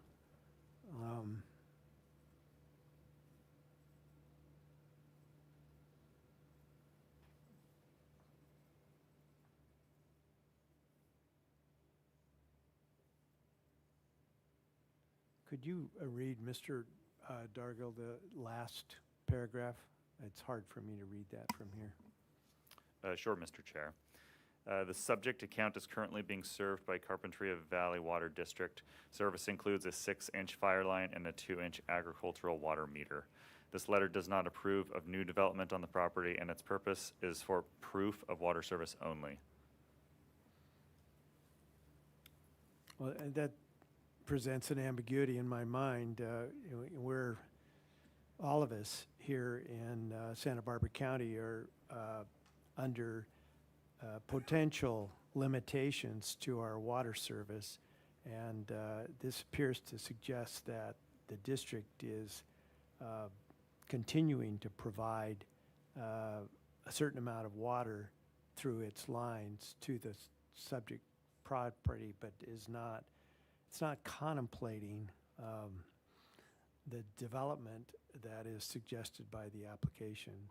So I think it remains a question in my mind based on this, but I appreciate being able to read the Chair Cooney, letter in context. if I may, in discussions with them, they understand there is no new development. This is a change of crop for the property that has been served by the water district, and per information provided by the applicant is a reduction in water use from the historical cut flowers operation to the cannabis. So there is no new development. All of the existing structures are what will be used, which was the understanding of the Carpinteria Valley Water District as well. Okay, so you're in effect testifying, Mr. Singer, that we shouldn't worry about the supply of water to this project despite what might be planted in the future. Chair, I would say that I am confirming that this letter serves to meet the requirements for proof of services to the project, and that the Carpinteria Valley Water District has confirmed to me separately that they stand by this letter, that they can still serve the project and understand what the project entails. Okay, thank you for that clarification, Mr. Singer. I appreciate it. If there are no more questions from commissioners at this point, we should turn to the appellant. And before we do that, we have one housekeeping matter. As Commissioner Park mentioned, we received 2 letters from members of the public dated July 12th, which was yesterday. And Mr. Villalobos, our rules require the commission to vote to accept these letters into our record because they were not received by the commission prior to Monday noon. Is that our cutoff? That is correct for letters longer than 1 page in length. Okay. As in, we received 2 of them. If you don't have those, I can read what they are into the record. Yes, why don't you just mention them?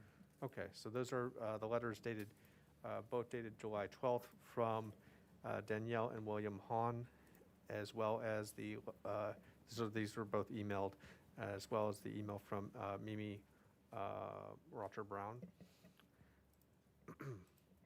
So as the chair indicated, in order to be incorporated into the record, the commission would have to vote them in by a 4/5 vote. Thank you.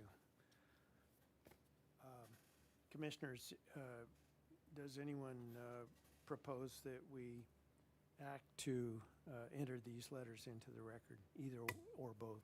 Commissioner Park. Yes, I'm going to make that motion, and let me explain why. However one decides to go, we should have as much public input as possible. We haven't had a lot of public input on this one, and this is from people who are close in proximity to the project and who have had involvements there for a long time. The Hans and have had that house for decades and decades. And the Browns, of course, are such a prominent family in the whole Carpinteria agricultural tradition in region. And Ms. Brown's been a major charitable donor in the area. So I think it's good to have their input and their letters. Frankly, if they had just used a different font, they're so short that they'd all fit in a page. And then what's on the second page is like, sincerely yours, thank you for your consideration, you know. So I think we should just admit them. And that's my motion, to admit those 2. Commissioner Bradley. I'll just second the motion. All right. So we have it before us and for discussion. I agree with the motion. I think in this case, what we're doing is admitting into the record letters that we've probably all read and absorbed and would have difficulty in forgetting the information in there. They are short. Perhaps the letter writers were not aware of the deadline. I don't know.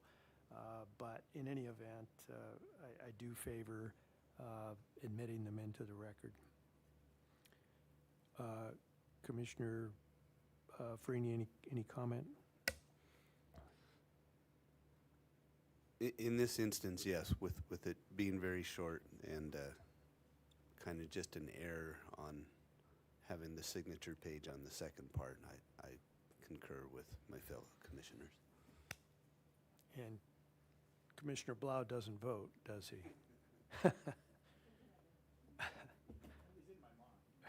Of course. All right. Commissioner Martinez, do you have a comment? No, no additional comment. Thank you, Okay. Mr. Chair. Then I'll ask Mr. Villalobos to poll the commission. Commissioner Bradley, Aye. Commissioner Park, Aye. Commissioner Farini, Aye. Commissioner Martinez, Aye. Chair Cooney. Aye.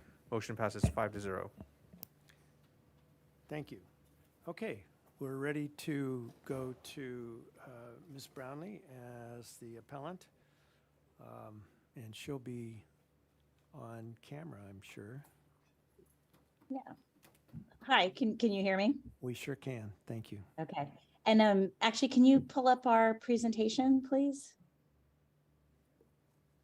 And I'm actually going to let Nicholas Targ, our counsel, start off. Let me ask, before you go further, do you have an estimate of your presentation time, Ms. Brownlee? It's for 10 minutes, 50, something like that. 10 minutes for both you and Mr. Targ? What do you think, Nicholas? Yeah, that sounds about right. We'll fast talk. 10, 15 minutes, we'll keep it to a minimum. Okay, let's start with the estimate of 15 minutes, and we'll have the same amount of time for the respondents. Yes. Chair Cooney, if I could just say one thing. We just wanted to clarify the items that you just voted into the record. They are online, correct, David? Correct. And we have copies here in the office that have been handed out. Is that correct? Yes, and there's some in the back of the room as well. Great. Okay. We just wanted to make sure that was on the record. Okay. The proposed condition. And yes, the proposed condition by the appellant online and in the, yes. Okay. Yep. Thank you. Okay, thank you very much, Chair Cooney, commissioners, staff. We appreciate your considering this appeal of the permits that are granted to the grow and the processing facility that's located at 5980 Casitas Pass Road. In the material that we're presenting, we're going to identify that about 23 odor complaints have been filed with the county to this point. And Kate isn't objecting, of course, to the cannabis industry or to any particular grow operation or processing, except to the extent it creates nuisance odors. It creates a real impediment to the use and enjoyment of the campus, the surrounding community, and others. And in this case, this is what we have at that facilities. And like the other 23 complaints, Kate has been suffering with nuisance odors, as you hear, and as the two commenters have written in, they've also been challenged by the facility as well. In our presentation, we're really going to address just a couple of issues. First, Assistant Head of School Brownlee is going to introduce Kate, of course. And I'm going to follow up, and I hope quickly, with respect to some of the water issues, which we also found confused and continue to find confusing and inconsistent in the staff report and the secret documents. And my colleague, Jessica Laughlin, is then going to address odors issues in the context of BAC, and I'll address any remaining issues. If we can have the next slide, please. This is the first slide, Mr. Targ. We're just There you starting now. If you want us to skip any, let us know. Perfect. Great. I'll just start really quickly. And this is probably somewhat familiar from the previous appeal that we had made, but for those of you who aren't familiar with us, Kate School has been in Santa Barbara since 1910 in the county and in Carpinteria virtually that entire time. We have a largely residential school where about 237 of our students live on campus full-time, along with another roughly 75 faculty members and their families. So it's a 24-hour operation.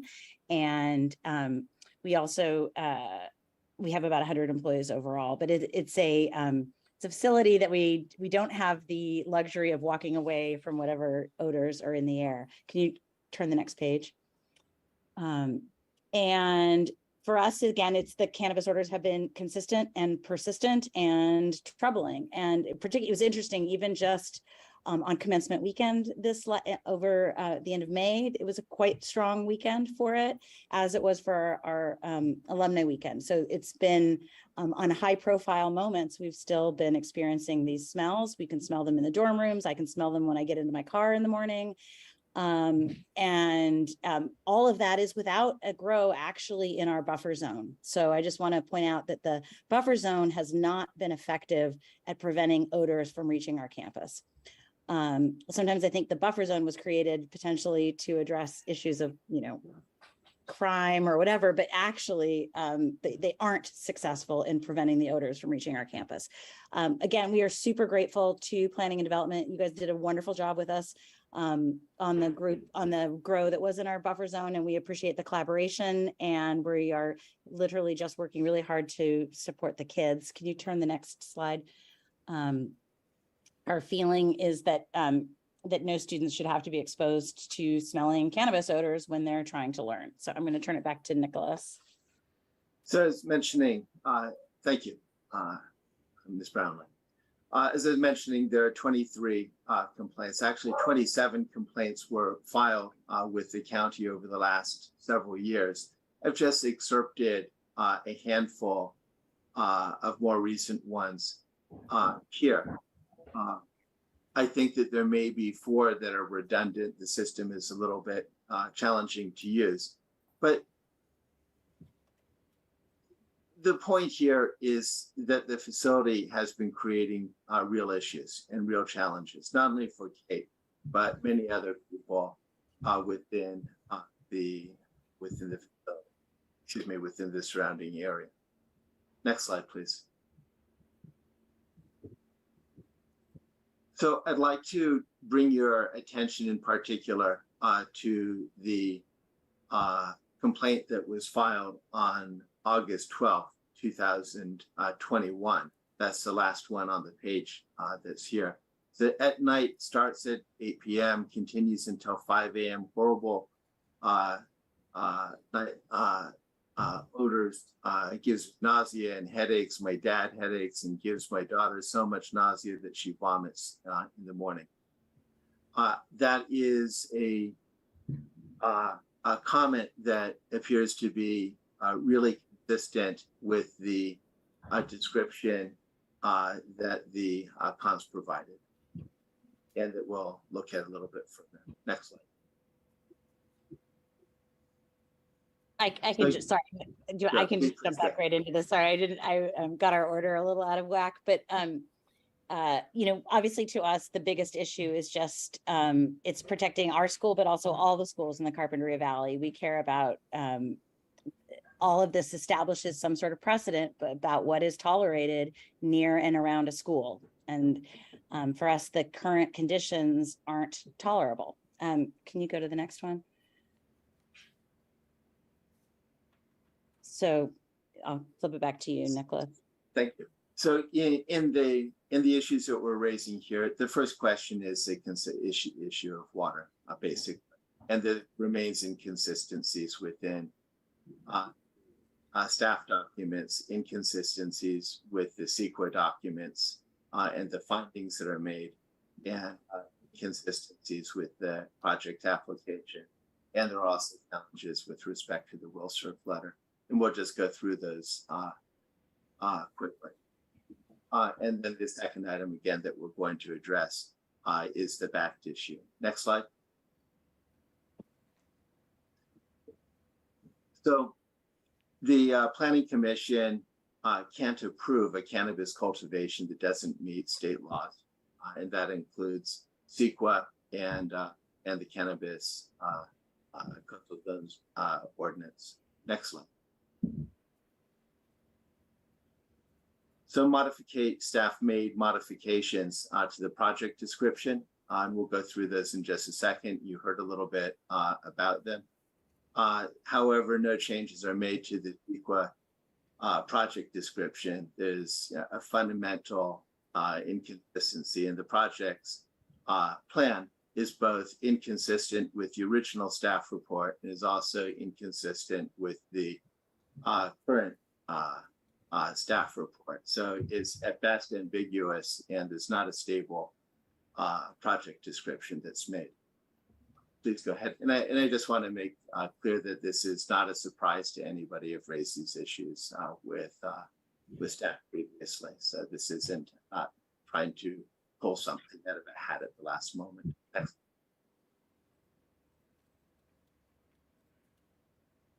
So CEQA requires that there's a accurate and stable and finite finite project description. And here things are still open. There's lack of consistency. There's a will call letter that was written and issued prior to the stage 2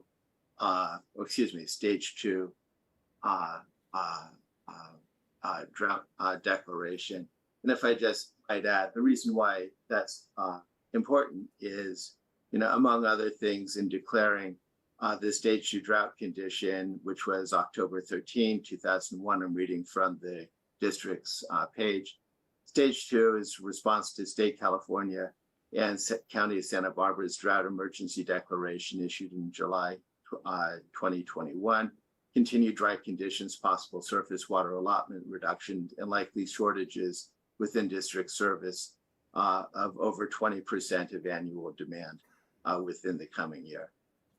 The will call was will serve was issued prior to that.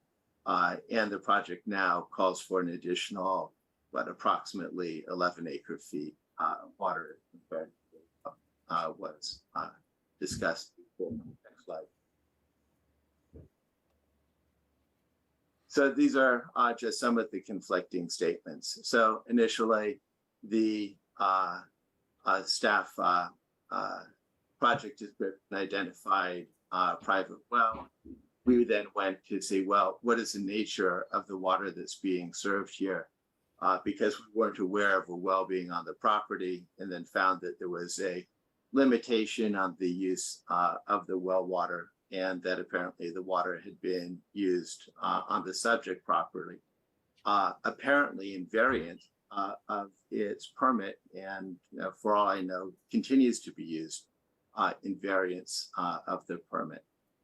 The change was made, as staff discussed, in the CEQA project description. It identifies that the water will be provided by an existing private well. Potable water will be provided by the water district. We now know that that is actually different, and a different amount of water is being used. And the additional 11-ish acre feet of water is to be served through a 2-inch pipe, as identified in the will serve letter. And it is unclear whether or not you can serve an additional 11 acre feet through 2-inch pipe. That's a lot of water. Maybe, but it's just hard to know. And then the project's applicant's plan states that all the irrigation water for the cannabis operations are using the existing concrete rainwater reclamation reservoir and the 6 water tanks that are on the property.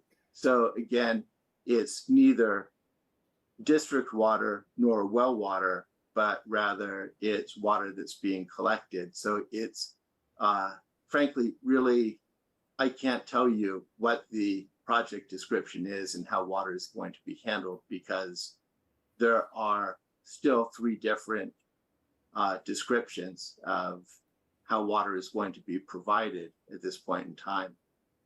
And we don't even know if district water can be served through a 2-inch line, because no analysis of that has been done.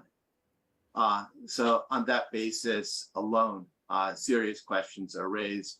There's lack of substantial evidence, and there's not a project, stable project description that we can discern. Consequently, we also don't see how findings can be made based upon the lack of stable project description and the changed conditions. Next slide. So the next issue is the question of BACT and odors. And for that, I'm going to ask Jessica Laughlin to take us through.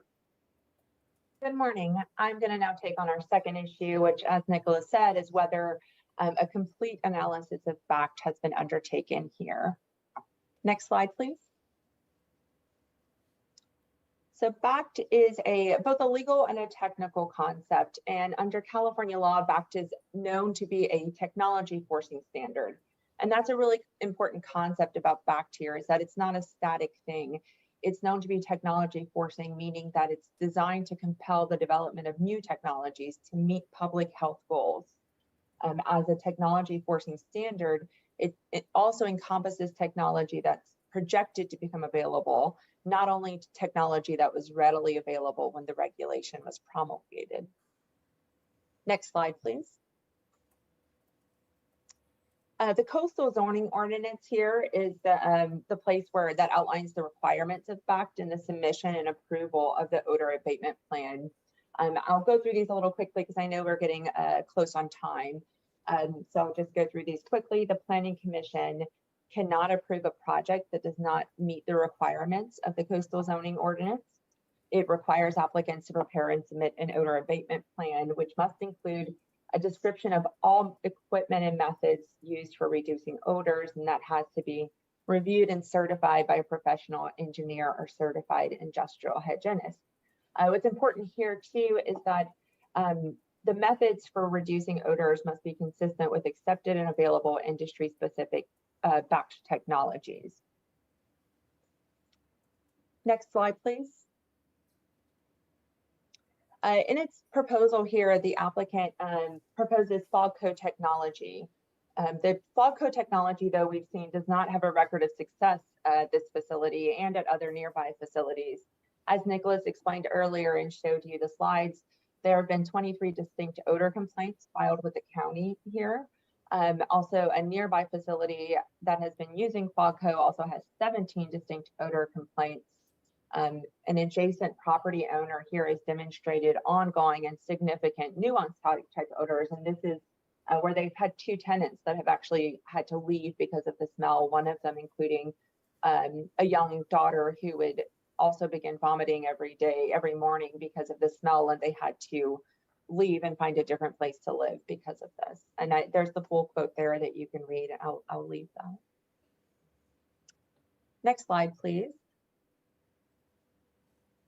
So the proposed OAP explains there that the fog coat system, the way that it will be activated is that it's going to be on the downwind side of the buildings to mitigate transient odors. And when you break this down, there's an issue with using the downwind side of buildings and basing this on the wind direction. And I'll show those in the next slides. If we could go to the next one, please. And this is also the average here, or the issue here is that the proposal is based largely on the idea that the predominant wind direction is from the west-northwest. However, that proposal is based here, as you can see, on the average of 6 years. 6 years of wind direction.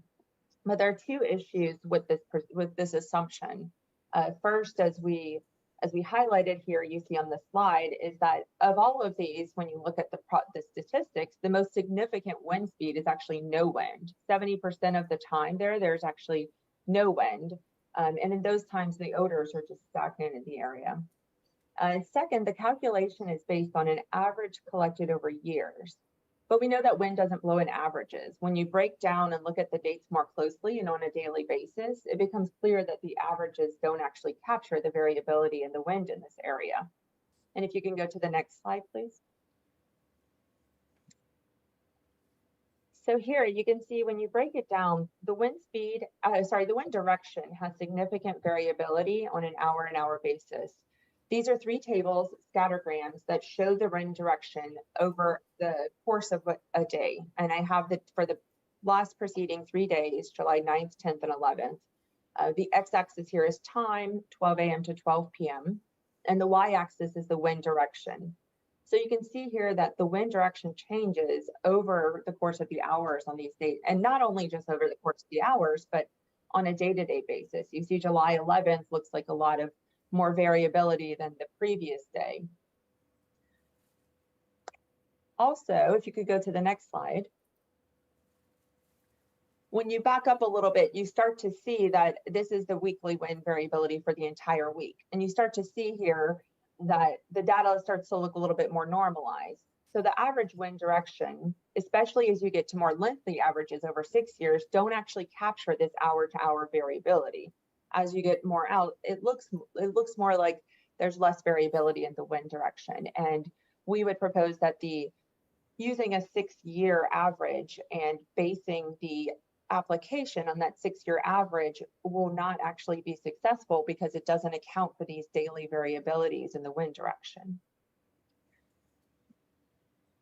Next slide, please. What we would propose and what the county has actually already approved in 6 other applications is the use of the regenerative carbon scrubbing technology. RCSS is a technology that's intended to sustain a substantial reduction in detectable cannabis odors. There's a diagram here that shows how it works.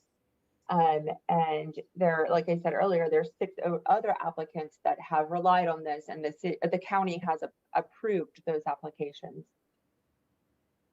Next slide, please.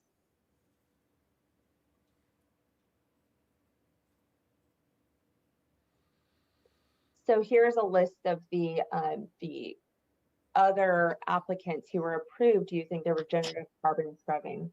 The fact that 6 other applicants were able to rely on this, that it was certified by a professional engineer, demonstrates that this technology is available and it is acceptable.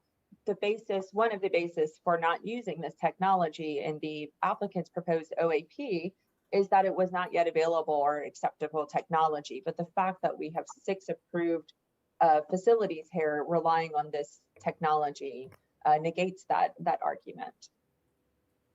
Another issue here is that the applicant said that they will consider in the future that if certain conditions arise, that they will analyze the use of RCSS technology. And while we think that is, great aspirations, that does not satisfy what's required here. They are required to actually consider the technology in their application, and they have not presented why they won't use this technology other than saying it's not yet available, which we know it is. So they didn't actually analyze it. They just say they will in the future. And we don't think that is enough to be able for the county to be able to approve this project. Next slide, please.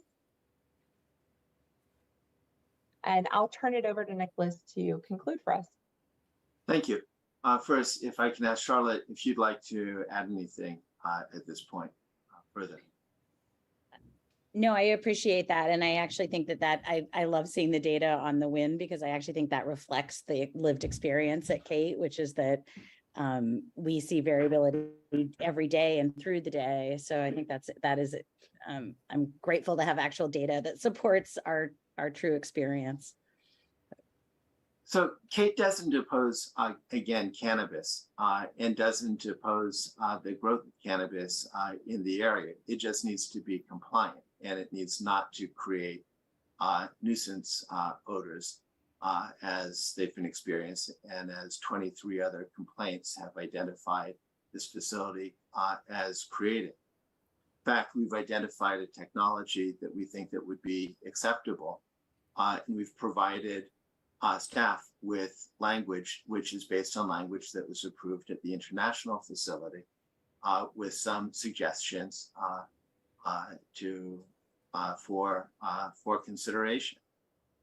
We also think that the process of the application should be clear, so everybody knows what's going to be, what to expect, and that so that findings can be made consistent with CEQA and consistent with the coastal zoning ordinance. And here, it's frankly really ambiguous as to what's being provided, whether it would actually be possible to take the additional water and to place it through a 2-inch pipe. And we don't have a will serve letter based on the existing conditions. Rather, we have one that was based on a phase 1 condition. For those reasons, we suggest that the issue should be remanded back to staff for further consideration, or in the alternative, that direction should be given to square up the record as it exists, and that the appropriate CEQA findings and project description should be aligned with the project description that staff has proposed, and similarly applicants' project plans should be aligned with that as well, and that as a condition, an appropriate will serve letter be provided, and that the regenerative carbon scrubbers, as Planning Commission has approved 6 times previously, be applied. Or if the applicant won't accept that approach, that the issue be remanded back for a determination further whether or not regenerative carbon scrubbers are viable, given the 6 approvals and uses of carbon scrubbers that are presently in place or that are coming online now. Again, we thank you very much for the time, the opportunity to present and for your consideration. Thank you. Thank you, Mr. Targ.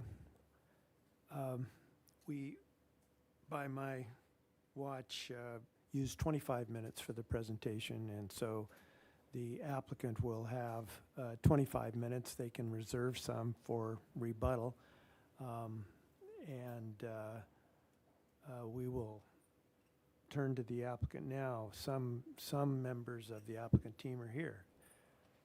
Are we going to be getting a remote presentation? Ms. Claire?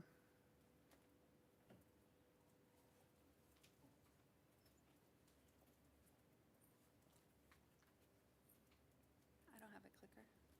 I'll just, okay. Hi. Chair Cooney, members of the commission, welcome back.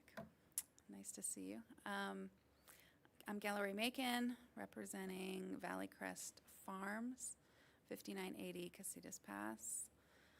Next slide.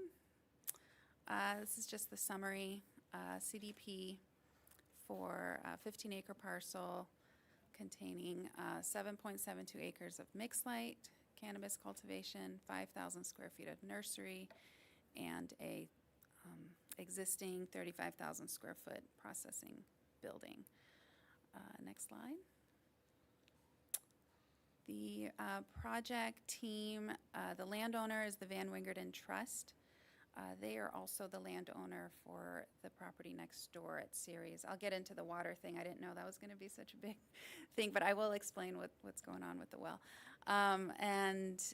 The CEO and operator is Headwaters with Tristan Strauss, and he's here today and going to say a few words, and then I'll be back to go through the project.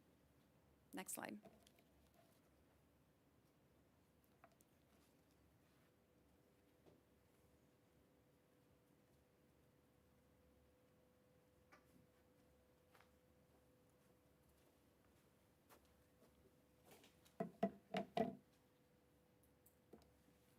Honorable Chair Cooney and Planning Commissioners, thank you for taking the time to hear our project, and also thank you for coming out last month and visiting our site. We really appreciate the time and energy that everyone's put into this project. My name's Tristan Strauss. I'm the CEO of Headwaters. Headwaters is a leader in the cannabis cultivation, nursery production, and distribution business here in California. We are the largest operator in California, in Carpinteria, in greenhouse cultivation. I was the past president of Carp Growers, and under my presidency, we began the discussion with the coalition to create the agreement where we now have 100% of all carp grower farms in a community-based agreement for reporting odor complaints, as well as an odor response plan to have direct communication with community members in case we do have odor issues that create data-driven and executable solutions that include direct communication with the operators, and it's been a highly successful arrangement that we've made with the community. We have actively worked with coalition members who have been on site within the last month to create and ensure that this agreement works for community members in Carpinteria.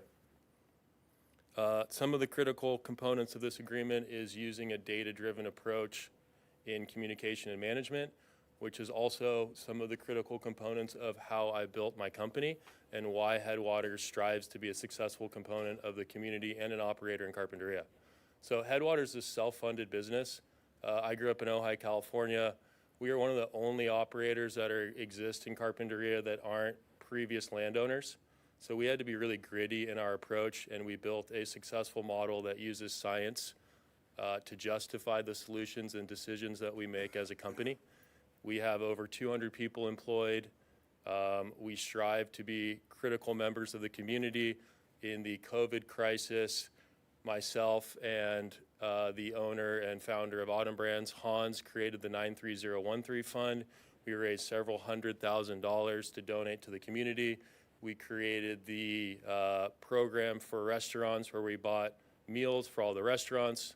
There are numerous anecdotal comments from the owners of PB&Js and Food Liaison and critical components of Carpinteria that have said that they would not have survived the COVID crisis if it wasn't for the Carpinteria cannabis community stepping up and really being a critical component of their process.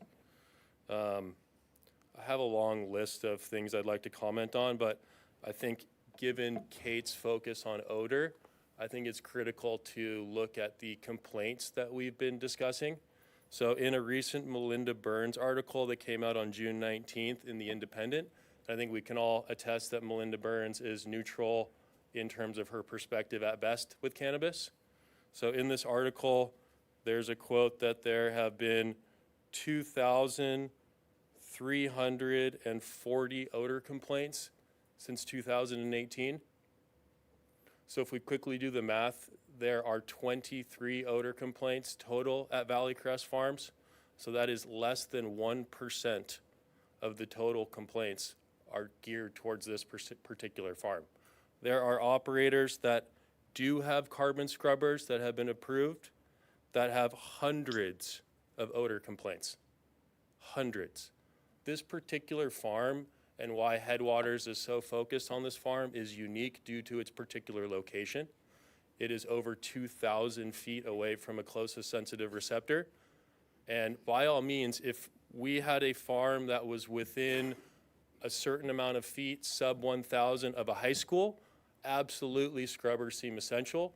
This particular project is over 2,000 feet from the closest sensitive receptor. This project has been beyond compliant. The FOGCO system works, and just because it is particularly focused on wind does not mean that with the difference in wind directions, the system cannot comply with that and switch from one windward side to the other. So it's a highly sophisticated piece of technology that we feel is adaptable and functioning, and I think the key proof of that is the fact that there is less than 1% of total odor complaints specific to this farm. This facility is also one of the top 3 facilities in terms of its infrastructure in Carpinteria. What we're seeing in the cannabis market right now is scary. The cannabis market is in a place of peril right now. When we began this market in 2018, we were achieving prices that were 80% higher than what we're seeing today. The average market price in cannabis in Carpinteria is hovering around $300 per pound. We're seeing prices as low as $200, and that's a 90% decrease in pricing since 18 months ago. And I think the county is seeing that as well in taxes. And so what we're asking the county and the leaders of the county is to focus on facilities that create positive outcome for the cannabis community and the cannabis industry in Santa Barbara County. We're seeing operators such as the largest, most well-funded operator leaving the county. Cresco is officially not going to continue their process in Carpinteria. We're seeing Glass House, the second largest, most well-funded business, is looking at other municipalities that will be more favorable for cannabis cultivation. So I think that what we see is, as an owner of a business, we want to continue to operate in Santa Barbara County. I was born in Ojai, grew up in this area. I want to have my business here. We want to continue to persevere. But when we are looking at issues that aren't based in science and are based in reactionary decision-making to mitigate issues where there's no direct correlation, it becomes difficult to find the justification in that reality.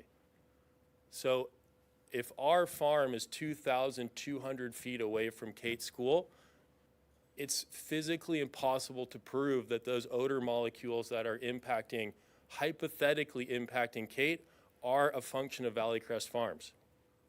The distance is too large, the science isn't proven to actually quantify the correlation between these two issues, between the farm at Valley Crest and the odor issues at Kate School. So I think we as a cultivation business use data to inform our decisions, and I implore yourself to also use data to make critical decisions. So I think that what we're saying is that clearly with sub 1% of odor complaints since 2018, our odor control system works. Clearly, this infrastructure that Valley Crest Farms has as a greenhouse is a long-term sustainable cultivation facility in Carpinteria. There are many facilities in Carpinteria that will not be sustainable due to their infrastructure, due to the fact that there's too big of a risk in terms of low-tech greenhouses to weather events that could, over the course of several years, put a farm out of business. If a farm is selling flower at $300 per pound, it's a very, very tight margin. We are 100% focused on breaking even in 2022. And the idea that we have the cash flow and CapEx to pay a 4% gross receipts tax plus scrubbers, plus odor mitigation, plus all the other attributes that it costs to operate in Santa Barbara County is unrealistic for a lot of operators in the long run in Santa Barbara County. So I think politicians, Santa Barbara County has to decide if they want us to stay here. Because in the end, we have to preserve our business and we want to create sustainability. We want to create longevity in this community. We want to continue to operate in Carpinteria. I think the critical component is, what is the justification? What is the data-driven solution to odor mitigation? And currently our system works, and we feel strongly that we can rely on our system to create a positive outcome for the community, ourselves, and community members that are within the sensitive receptor region that could be impacted by our farm. Thank you. Thank you. Mr. Strauss?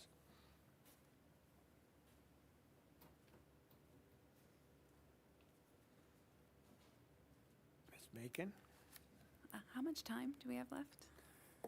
Good question. It is 12 minutes. Okay, great. Next slide, please. And next slide. These were some of the nice slides for Tristan, but we'll go to the next ones. Next slide. Here's some images of the existing site. The processing building, which isn't in use currently, but can be with approval of the project. There's 44 parking spaces to accommodate up to 70 employees, and there's a really impressive 750,000 gallon rainwater reclamation reservoir on the site. It's fairly impressive. The water use that would come from that is a way to be water efficient. It was sort of a measure that we can use. It wasn't supposed to entail that that's going to be the entire use of the irrigation, but it's one of the measures that the property can use. Next slide. This is the odor abatement system. It's a lot of words there, but ultimately it's a sort of smart technology. This isn't buyers. It's these two facilities next door to each other have employed it since I think 2019. It's been successful. I understand there's odor complaints, but if you look at the wording, it's people's cars getting filled with odor, and a facility just down the street has 425 odor complaints. So perhaps their car got filled up there and then they drove by here, and I don't know. But if you've been to this site, you can see it works, and the employees appreciate it. And the neutralizing agent is 500 parts water to 1 part agent. So it's a very clean technology too. So it's better than it's different than the EcoZorb that Buyers uses. And again, it has a weather station monitoring component. So yes, there's a prominent wind direction, but if you go to the next slide, you can see that there's all these different zones that get triggered depending on what how that weather is. And if it is still, then they all go off, because that means the whole facility needs to be treated. And then there's carbon technology within the processing building. So there is carbon on the property within the processing facility. Next slide. This is an exhibit that sort of shows where the project is, distances to the sensitive receptors. And I believe Ben had a similar exhibit. The closest structure that we can see off aerial is at Kate Schools, 3,900 feet away. The properties outlined in green are the surrounding neighbors that have provided letters of support, which is a avocado farm. There's 4 properties that have provided letters of support around the property. And the closest downward sensitive receptor is 4,000 feet away. Next slide. These are the farms that had recently gotten approved with the carbon scrubbers. I believe only 2 or 3 of them actually have them in. The rest of them just got the project approved with them. But if you look at for perspective, if you look at the distances to sensitive receptors in comparison to where this project is, you can see, Everbloom is 60 feet away. It's a different situation. And we added Pacific Dutch Brothers on there too from your last hearing. And they're right at the buffer of the high school. Next slide. In conclusion, this project is located, location. I can't really stress that enough. And we have Headwaters as their operator. These are newer greenhouses. The Carb Growers Agreement, although you may not, it's not a county document, it is a really important document that they've created and are 100% going to stand by. I mean, they were the creators of it. And I did want to mention the water well situation. The property next door that has the well, it's the same owner. There was some language that was discovered that the well was supposed to just be on that property, but through the CDP for the property next door, we're changing that so that they can use it as well. But it's the same ownership that owns both properties, and so ultimately they can continue to use that well. But given ROs and wastewater problems, I've seen a lot of farms just using Carp Valley Water District water and converting from well water to Carp Valley because it's a cleaner water source. So that's what they're doing right now. And we are available for any questions. That is the end of Commissioners, questions? Commissioner Park? Yes, I have some questions, and they might be Tristan Strauss questions. Great. Maybe you ought to head on up to the podium as well. But some might be for you too, so you guys will figure them out.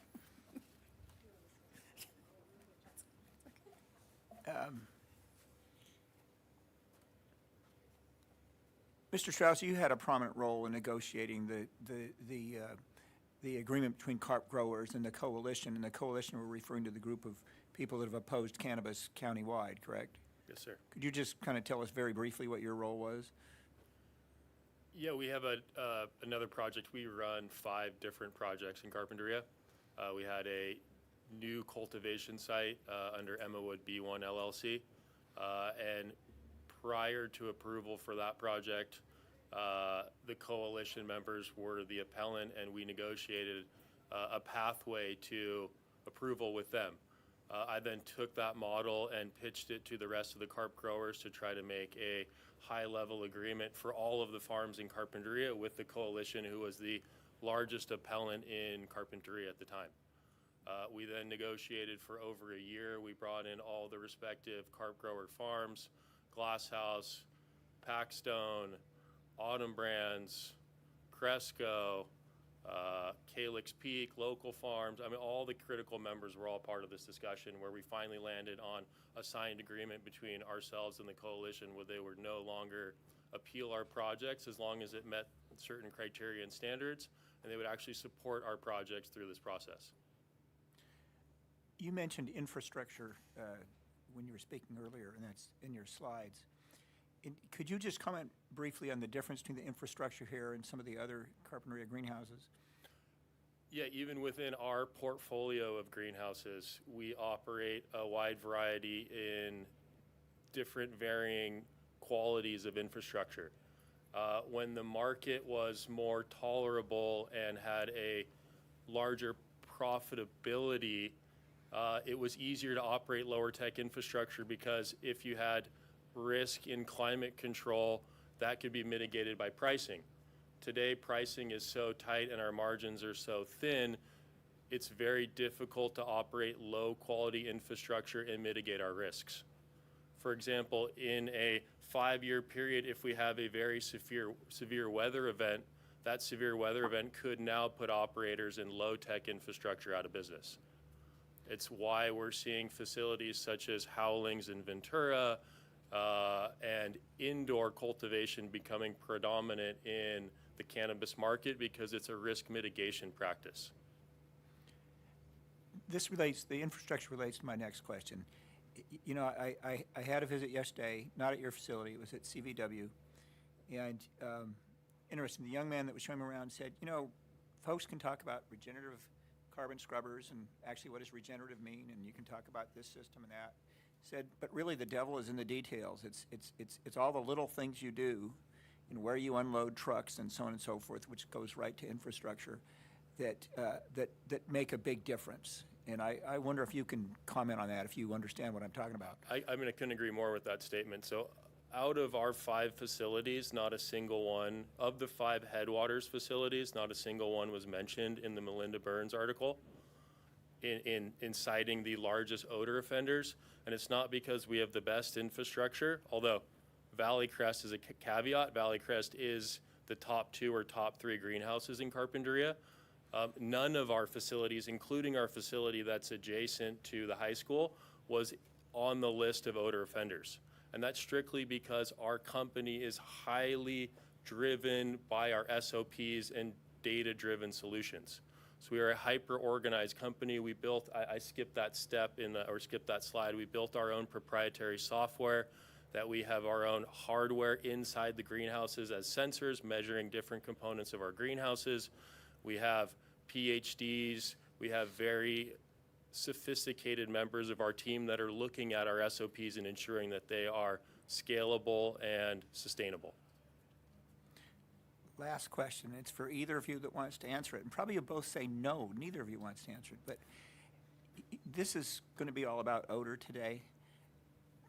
To me, the bigger picture demands that we should be talking about employee housing on these cannabis projects. And if you've been to other hearings, you've seen me talk about it. So I got to do it again. I think it's very important. I want to know if there will be any provision for employee housing in this project. And if not, what would you need to do, ideally, and what might need to change in order to provide employee housing? Because a lot of your employees are coming from Santa Paula. They're coming from It's a major issue for us everywhere. today, to be honest, in Carpinteria because of gas prices, whereas our current market rate doesn't allow us to pay overtime wages that would justify gas prices and people commuting from Oxnard. Now with the new Amazon facility and cannabis cultivation in Ventura County, we're seeing it becoming much more difficult to recruit people out of Oxnard to drive to Carpinteria to work in Santa Barbara County. I personally couldn't agree more with your statement. We need employee housing. I would actually flip the script onto our politicians in Santa Barbara County. We had another project, also the Emma Wood B1 LLC project, where we had employee housing on site that had been there for several decades, that due to a permit snafu where the current landlords didn't renew the permit, we had to demolish the entire house and the whole entire residence and displace a family that had lived in a location for over 2 decades. And that was just strictly a technicality in the paperwork component of the operation. And so if the county wants to give us a pathway to create employee housing, by all means. That only makes our operation stronger and more efficient, where we can recruit better, more sophisticated employees to live on site. And there's a water issue. You did provide that. Is that correct? In getting the requisite hookups, be allowed to do that? There are numerous layers of red tape for us to pass to have that being approved. But 100% you have the support of the cannabis industry to push that policy through to allow us to have appropriate worker housing for our employees on site. Thank you. Other commissioners, Commissioner Martinez. Yes, good afternoon. Good afternoon. I thought I heard a comment, and this was in the presentation, that, and I guess my question, well, let me start with this question. That right now there's operations on the facility, not the processing, but at least there's other operations, correct? Yes, sir. Okay, and that's using well water right now? We're using city water for potable water. It's a combination of both well water and potable water. Okay, so if this project gets approved, then there's no more well water. It's all coming from Carpinteria Valley Water District then? That's correct. And the historical use of our cannabis cultivation today uses less water than it was previously allocated for the Gerber daisy crops prior to the switch of the cultivation crop. Okay, but that's correct. But no more well water after this. Correct. You may apply to do something and somehow to obtain the well water at a later date if this project gets approved in the manner it's presented. Is that? Yes, okay. sir. And the processing, is it only for the crop that's being grown on this property, or is processing include the transportation of other crops from other areas to the facility, the processing facility? If I may, it allows for up to, I believe it's 20% of off-site cannabis. Okay. It's either 10 or 20. It's written in the project description. Okay. And I'm completely unfamiliar with processing. If you can just, this may be an impossible question, but a synopsis of what is involved in processing? Processing is the function of taking a fresh, wet cannabis plant, drying that cannabis plant to a certain moisture content, and then removing excess leaves that have low cannabinoid potency to create a product that's more marketable in the current environment. Okay, so then we're talking about odor, which for me, I'm looking at this and it seems to be the odor is the main thing here. Is in the processing, by the addition of that effort of processing, I'll call it, is that also odor emitting, or is it less than? I'm trying to figure out where the odor is coming from. Is the odor coming from the budding plants, or is it also coming from the budding plants plus the processing, is what I'm trying to figure out. It's a combination. The major difference is that processing happens indoors in closed, sealed environments, where we will have carbon scrubbers installed per processing requirements by the county. Okay.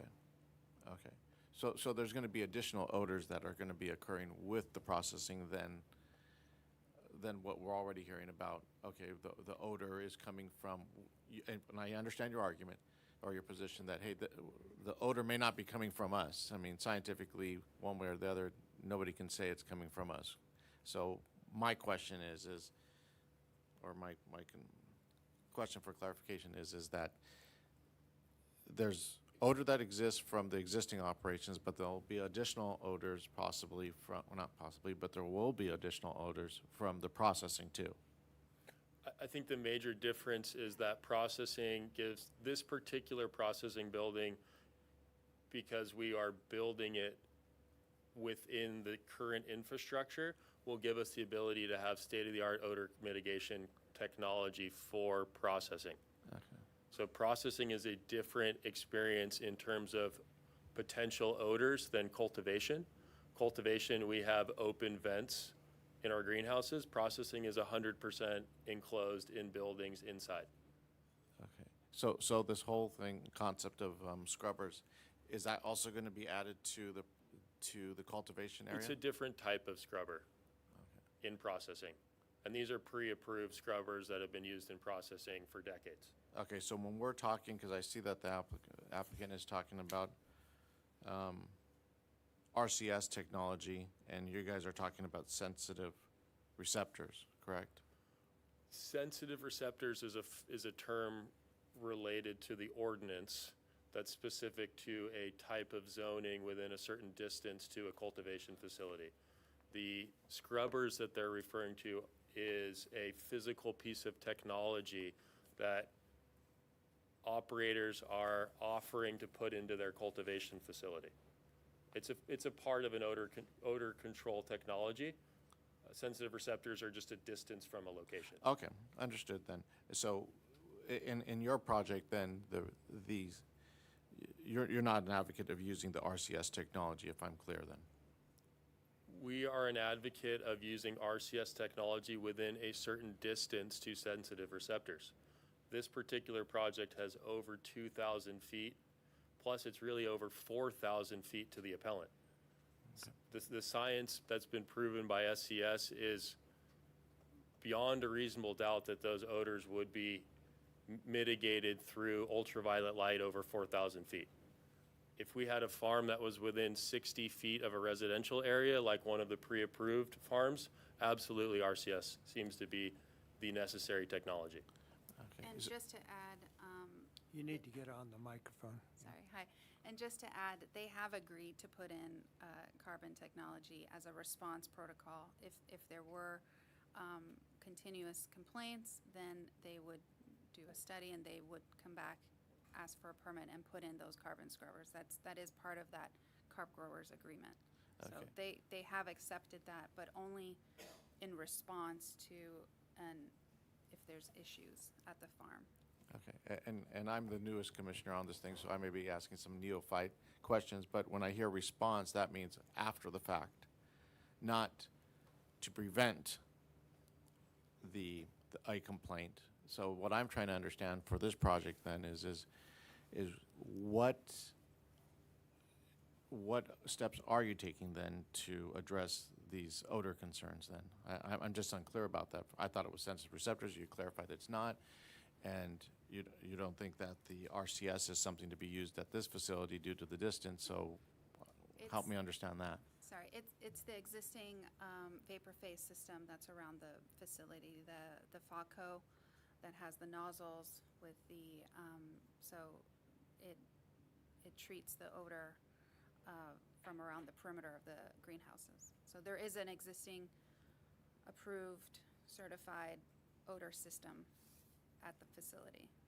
Okay. And so what elevation of, if there's one complaint, does that mean, okay, we're going to use the carbon scrubbers, or is it a culmination of complaints? So the deal with the coalition is a 4-tiered approach. Okay. Where if there's an odor complaint, then the members of the coalition and community members have a direct line to communicate with the farm. The farm then creates a response plan where we are activated to look for the process or location where odors might be emitting and leaving the facility. Maybe there's a door left open, something as simple as that. We then respond, and there's a 4-tiered prong back and forth to get to a place where through testing, it might be deemed necessary that new technology or another layer of odor control is necessary and implementable at that facility. But it's about using guidance and data and science to make these decisions, because these are serious CapEx requirements for these farms. These scrubbers are no joke, they're $20,000 each scrubber. And so that's a major CapEx requirement that you're asking these farms, and Valley Crest Farms has less than 1% of all odor complaints in Carpinteria over the last 4 years. So why would we put this farm, and I'm just trying to think logically, why would we clump this farm into other farms that have hundreds of odor complaints that are within less than 100 feet of a residence that is a sensitive zoned sensitive receptor? Within those sensitive zoned receptors are where odor complaints can be logged into the county. Driving on the road on the 192 is not a sensitive receptor. And so we have built our technology to match the ordinance and the code that the county created.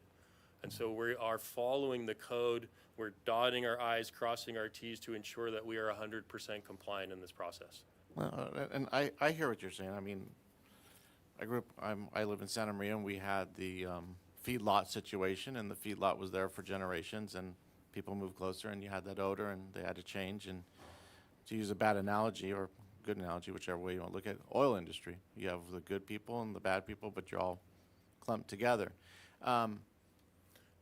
Just on that comment, I don't want to throw other operators under the No. bus. It's not about it's a combination, but location is very critical within Carpinteria, because we are this unique location where we have residential and agricultural parcels adjacent to each other. So we targeted this particular facility because of its location and the distance to residentials and sensitive zoned receptors. Yeah, and just one last follow-up question, and I'm going to ask the same thing on the other side, but there's a continuous mention of science in this situation, but science can either disprove or approve of whether this odor is coming from you or from the other side. But it seems like, is there a page in your particular presentation which relates to what you were just saying about the elements, or at least the proportion of 1%, I think is what you were using? I'm just quoting a Melinda Burns article in The Independent.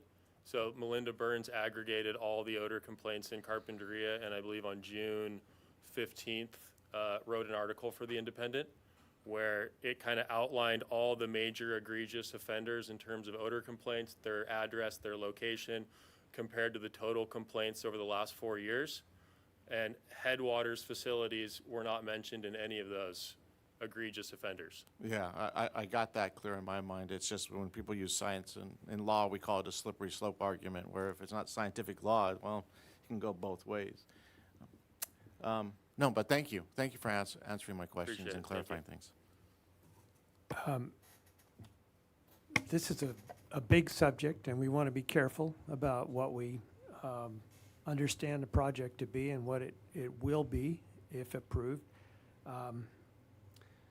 So I don't think there's any question about the validity of the scrubbers to mitigate odor. In fact, there are some scrubbers in this giant unused processing facility now, right? Just a handful. I figure if there are 5, that's 1 per 5,000 square feet of that huge building. So what's the difference with those scrubbers and the ones that other growers that have been approved have put in place?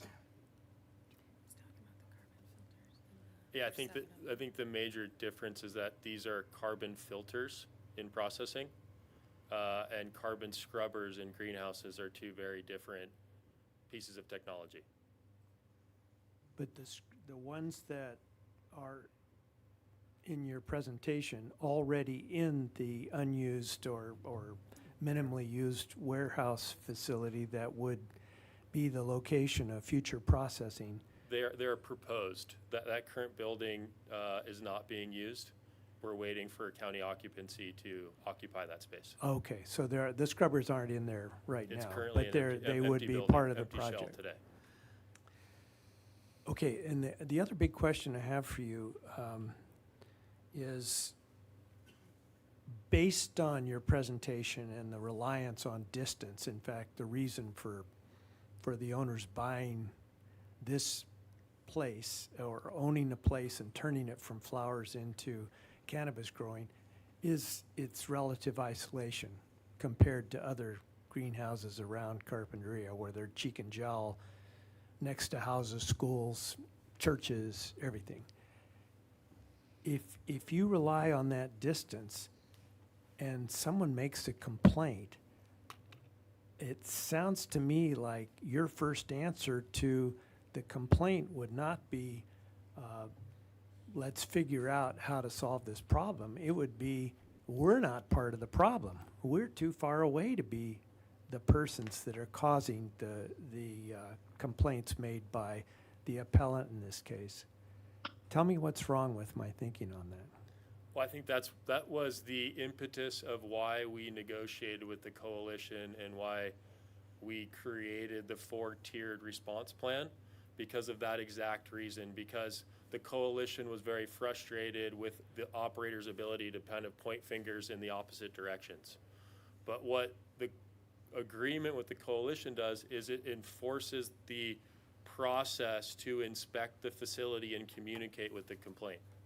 So instead of us just saying, hey, it's not us, it must be the neighbors, because that complaint came to our particular facility, we then have staff that go inspect the facility and then respond back to the individual that put in the complaint, and then we work with the community to figure out what the issue is. And if that issue doesn't go away, then we bring in testing equipment, run terpene, thiol testing, et cetera, to really determine where, how, when we're finding these issues. We can isolate the issues and then further work our way through the agreement to ensure that if we have to put in new, different, various technologies, those are the next steps in that process. That sounds fine. It still seems to me your answer would be, it isn't us, so let's skip to step 4. If you have another complaint or 2 more complaints, come back and we'll take care of it. Well, Let me just finish. Sorry. It seems to me impractical to rely so heavily on distance in the face of what we're hearing today is a real problem of odor in that area. Somebody's going to have to step up and say, oh, it's us, and or it's the guy next to me, and we're prepared to take the next step to have it tested or to determine where the odor's coming from. I see resistance to that before the permit's even been granted. So excuse me if the perspective is that we are being contrary to that. There are 2 facilities right next to each other. both with the same landowner, that Headwaters manages both facilities. So it's not like we can point our finger at the neighbor because we are the neighbor. And so we are very active in that particular region to ensure that we don't have odor complaints, and that the odor complaints are addressed, and that we are critical members of the community. It's not a scalable business model to have consistent problems with communities.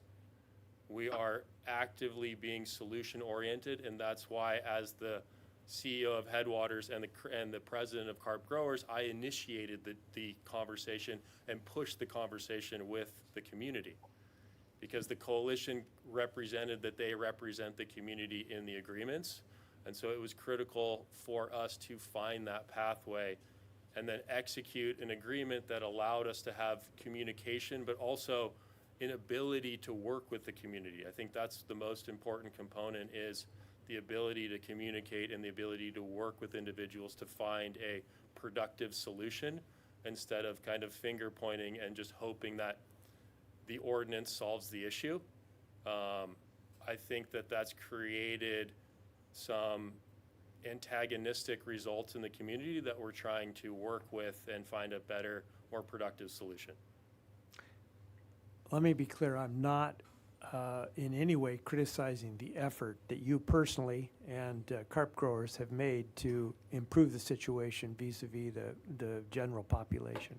It's tremendous, and you've made great strides. My problem is it's pretty clear from the precedent that this commission has provided that there is a solution out there if you want a permit and you can put in best available technology, that you're going to get support from this commission. But right as of this moment, I don't see that that's something that you're interested in doing. In fact, you basically said that would be financial suicide to install scrubbers in the new unused processing area. So I understand we're doing a very difficult task here today, trying to evaluate whether we can say the appellant is wrong, you're right, you're doing what you can, and the community's going to have to deal with the consequences. But that's where we are. If you disagree, as you're entitled to do, I understand that too. But we need to move on. We need to hear from the public if anybody's here to speak, and then I would suggest that we give each of the parties 10 minutes after a lunch break to respond to all the issues that they've heard from the public and from the appellant and applicant. The lower table hasn't asked their questions Oh, yet. you still have questions? I feel like I'm at the children's table down here. Let's get the questions from commissioners on the table. It's not even about odors, and this hopefully is very specific. But speaking of children, I really need a break. Yeah. Can we just hear from I can do each my question? I'm wiggling. question in 30 seconds, and I bet they can answer in less than that. So just has, is that okay? Sure. All right. There's a part of the project description that talks about 12-foot height light poles and lights. So 8 foot on the building, and then other lights around the building on a 12-foot high pole. Why a 12-foot high pole? And I'm not really clear where those are. Are those in the parking lot, or are those? Commissioner Bridley, those are in the parking lot. I think you can kind of see one there in that picture. So those are all existing, because the project They were description part of the approved plans for the development plan for back in 2001. So those were put per plan, and we didn't change them.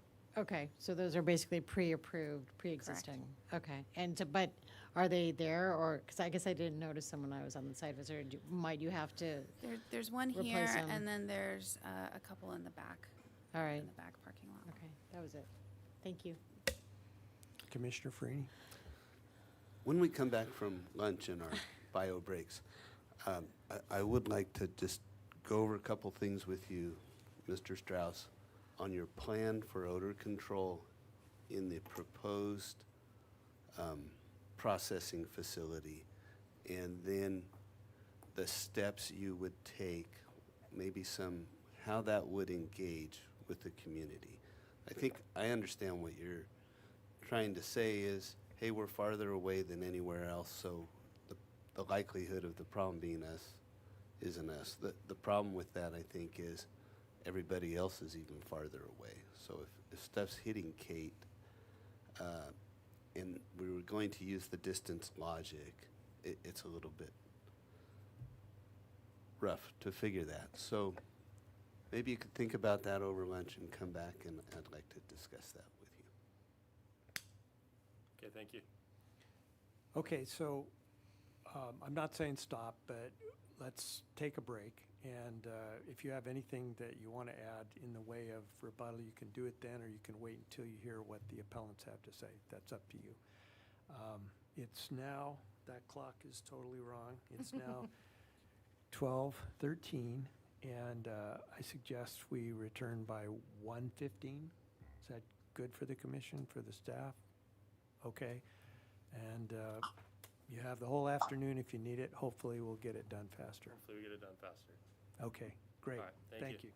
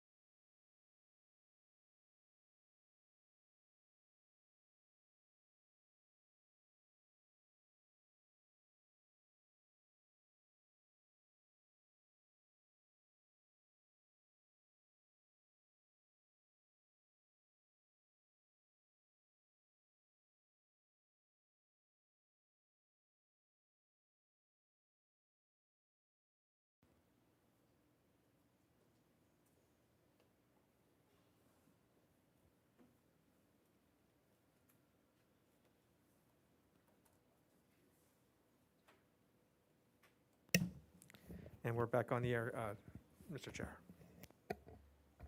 Thank you, Mr. Villalobos. Welcome back to the Santa Barbara County Planning Commission meeting of July 13, 2022. And we're on item number 2 on our agenda. Before we took a break, we had questions from commissioners, and Commissioner Farini didn't have a chance before lunch. So Commissioner Farini, who would you like to have address your questions? Well, I think perhaps Mr. Dargle could help me with this. And just reviewing the odor abatement plan by criterion and environmental, and it goes through the different levels of response, right? And so is there a point with this odor management plan that they shall install carbon scrubbers or best available technology, or is there wiggle room out of that? Mr. Chair and Commissioners, so the odor abatement plan does have a tiered response. So as you go through the different tiers, the county works with the applicant and the operator directly, and we are the deciding factor in terms of whether or not an odor complaint is coming from a certain property or not. So there isn't a way for the applicant to squeeze out of saying whether or not they are the source of the complaint. And also, if the county determines, along with our consultant, that there is a need for additional odor control, then they will be on the hook for that new technology. Whether or not it's carbon scrubbers or whatever that is, it will be required to be backed. It is not required to be carbon. So it could be whatever best available odor controlled technology exists at the time. Okay, and then what happens if they say, no, I can't afford to do that? In that event, they would be required to upgrade regardless. So at that point, then they would be in an enforcement situation. They would be non-compliant with their permit, and so then they would have to stop operations until there would be some sort of enforcement process. So you would say, okay, well, you're going to finish this crop and then stop production moving forward until you come into compliance, something like that, along that line? Correct. There would be something like that along those lines. Okay, that's great. Thank you. Commissioner Bradley, did you have any questions of this applicant? Okay, thank you. So as I said before our break, I wanted to give both appellant and the applicant a chance to address the commission briefly. So let's start with the appellant. Oh yeah, hold on. Just skipped one aspect of our hearing, and that is to ask for public comment so that the respondents can address that too. I have one speaker slip. Not sure if Ruben Marquez is here. He is. Thank you for waiting, Mr. Marquez. You have 3 minutes.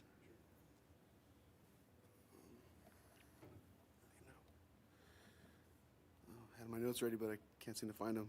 Long story short, I'm a third-generation Carpinterian, born and raised, lived there my whole life. In my entire adult life, I've always had to commute to find, work. It's nice to have a nice place in Carpinteria and not have to commute on the 101 every day. 3 years I've been there, and it's been nothing but good stuff. People love it. The community loves it. I understand some people that live next to a cannabis farm might not like it, but I feel that where we are in an ideal location to provide employment and a good crop for our area. Thank you. Thank you, Mr. Marquez, for going to the trouble to address us. Mr. Villalobos, you have some people online. Yes, we have 3 speakers joining us via Zoom. I'll just call. Our first speaker will be Mark Chatillo, to be followed by Ana Carrillo, and then Peter DeGray. Good afternoon, Mr. Chair, members of the commission. I'm Mark Chatillo, and I'm speaking today on behalf of the Santa Barbara Coalition for Responsible Cannabis. I wanted to respond because your hearing started with some question about the community protocols, and I wanted to outline the agreements. We had submitted a comment letter in support of this project and including the full agreement to the materials for your June 1st hearing. And our comment letter and all of the agreement itself start at page 9 of the second set of comment letters. There's 3 core elements to the agreement and related documents. The first is the agreement itself.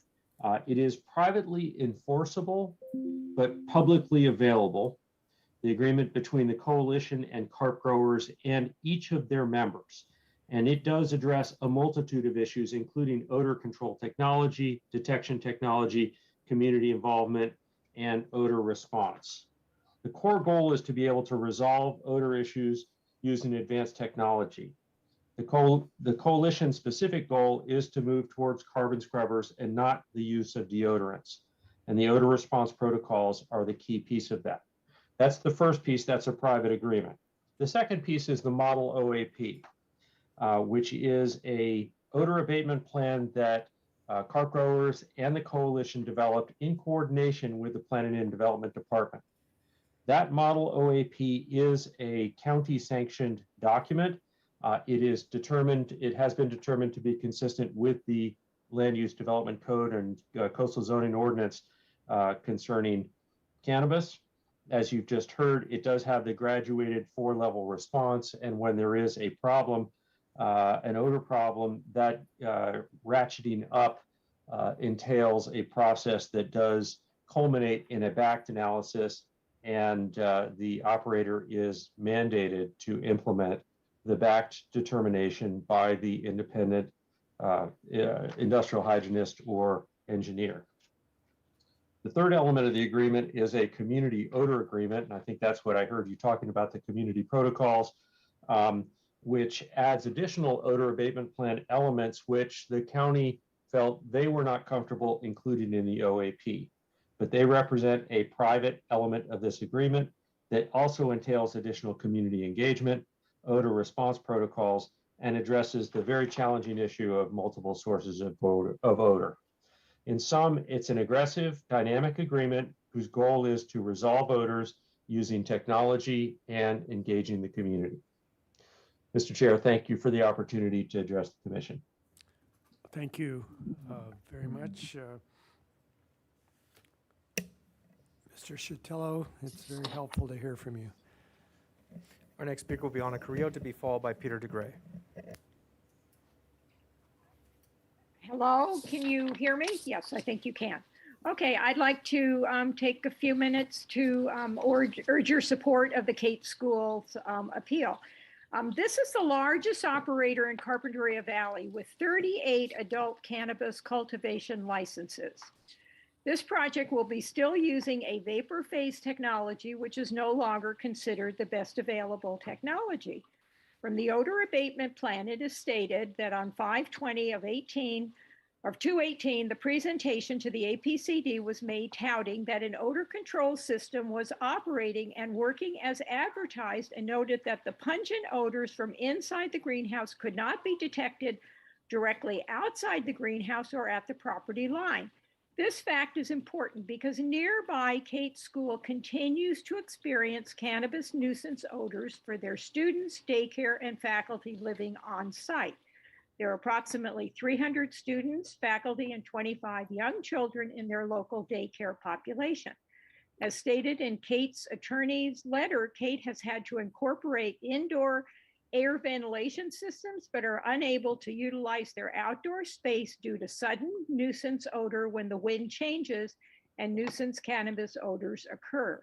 Children and young adults have delicate developing nervous systems and brains. There has been no long-term research on the effect of inhaling cannabis odors and vapor odor abatement emissions. There continues to be a risk for developmental problems. There has been no health risk assessment on workers and the surrounding community. It's all well and good that the coalition's tiered response to odors has been incorporated, but as no one, including staff at the county, is able to tell the source of the odors, it does no good at the moment. Regenerative carbon scrubbers inside the greenhouses need to be required so the pungent cannabis odors are captured inside the greenhouses before they're emitted through the open vents to the outdoor neighborhoods. The FOGCO system is still a vapor phase system, allowing cannabis odors to leave the greenhouse through the open vents, and the wind patterns allow the odors to travel.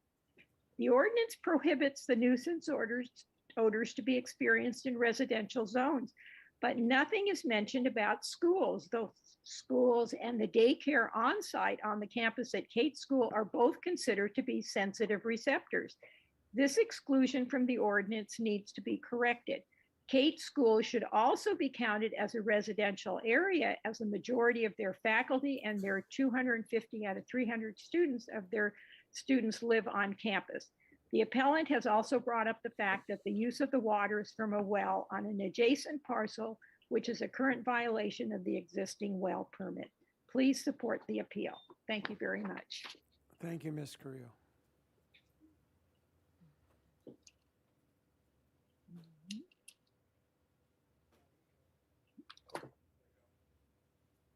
And our last speaker will be Peter Dugray. Hi, everyone. Good afternoon, Chair Cooney, Honorable Planning Commission. This is Peter Dugray here today on behalf of carp growers. You've heard a lot about our organization today. We have 9 member farms, including Valley Crest. Our members all farm, as you know, in pre-existing greenhouses in a well-established agricultural zone in Carpinteria Valley. They strive to set the example of being the best of the best throughout the state of California through setting standards for responsible farming. It's an incredibly hardworking crew of farmers, and Tristan, you saw him earlier. He's our past president from 2 years ago. He's really a class act and earned an election as president from among the last generation of farmers, namely a lot of the local Dutch guys really put their trust and faith in Tristan. He did a great job as president of this organization, including seeing us through COVID, both in our community involvement and in getting our member farms in line to really stay open and stay safe and to keep operating during that time. So he's really an ingenious operator and leader. Cannabis farming in Carpinteria Valley, as you know, has come a long way in the last 4 years. Carp Growers has been instrumental to that in getting the community to really get behind us, understand that cannabis farming, in fact, upholds the agricultural legacy of this area. And it's important for the economy. You saw Ruben in here earlier, works at Valley Crest, and for the jobs and keeping Carpinteria really special, that small semi-rural beach community that's so rare and important. I think we've gotten to a place locally where neighbors know the farmers and they know they belong, and that the industry is part of our quiet life in Carpinteria. And part of this process of getting to such a better place have been stakeholders like Kate School. They've contributed greatly to the conversation on cannabis odor and making the industry better today than where we started, because carp growers and our members are great listeners. Early on, there was a lot of suspicion about growing cannabis. It was sort of a reintroduction of agriculture to show that we belong. A big part of that was when Tristan stepped up to meet with Mark Shatillo, who spoke earlier, in the Coalition for Responsible Cannabis. And they really put together this historic agreement between community and industry, enhancing odor control and monitoring measures beyond county requirements. Part of that is the investment in meteorological stations that are installed across the valley, including at this property, to really let us know to match up a source of odor with a complaint or an observation in the field. Our members are continuing to include the community in odor research and development. And those Infinity scrubbers that are called regenerative carbon scrubbers in this meeting is a big part of that research and development. Unfortunately, there's nothing today that can be plugged into a greenhouse in Carpinteria Valley to completely eliminate odor.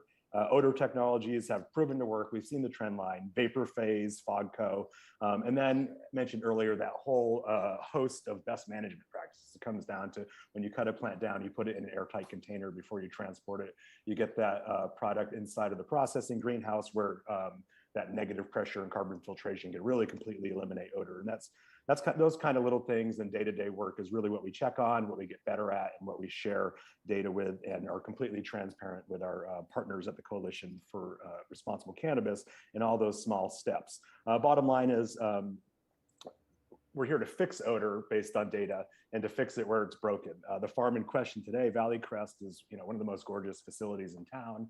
As far as those small improvements, that place is as airtight as they come. As far as greenhouse operations go, of course, they do vent to control the interior climate. And that greenhouse and ag throughout the whole valley has really been upgraded to comply with state and county rules. These are ag rules that don't apply to any other crop. Carpinteria is very fortunate actually to have this crop come in and really see a revitalization of the entire ag belt in this area. The county's driven this improvement, and the farmers here have invested to meet these standards.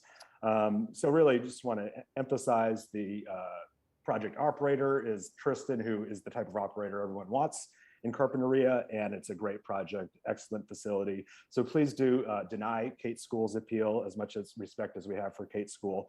And thank you for supporting local agriculture and this opportunity to speak today. Thank you. Thank you, Mr. DeGray. Mr. Lobos, is that our last speaker? Excuse me, Mr. Chair, yes. Mr. DeGray was our last speaker. Okay, very good, thank you. With all that in mind, I'll turn back to Ms. Brownlee and offer opportunity to rebut the testimony heard today.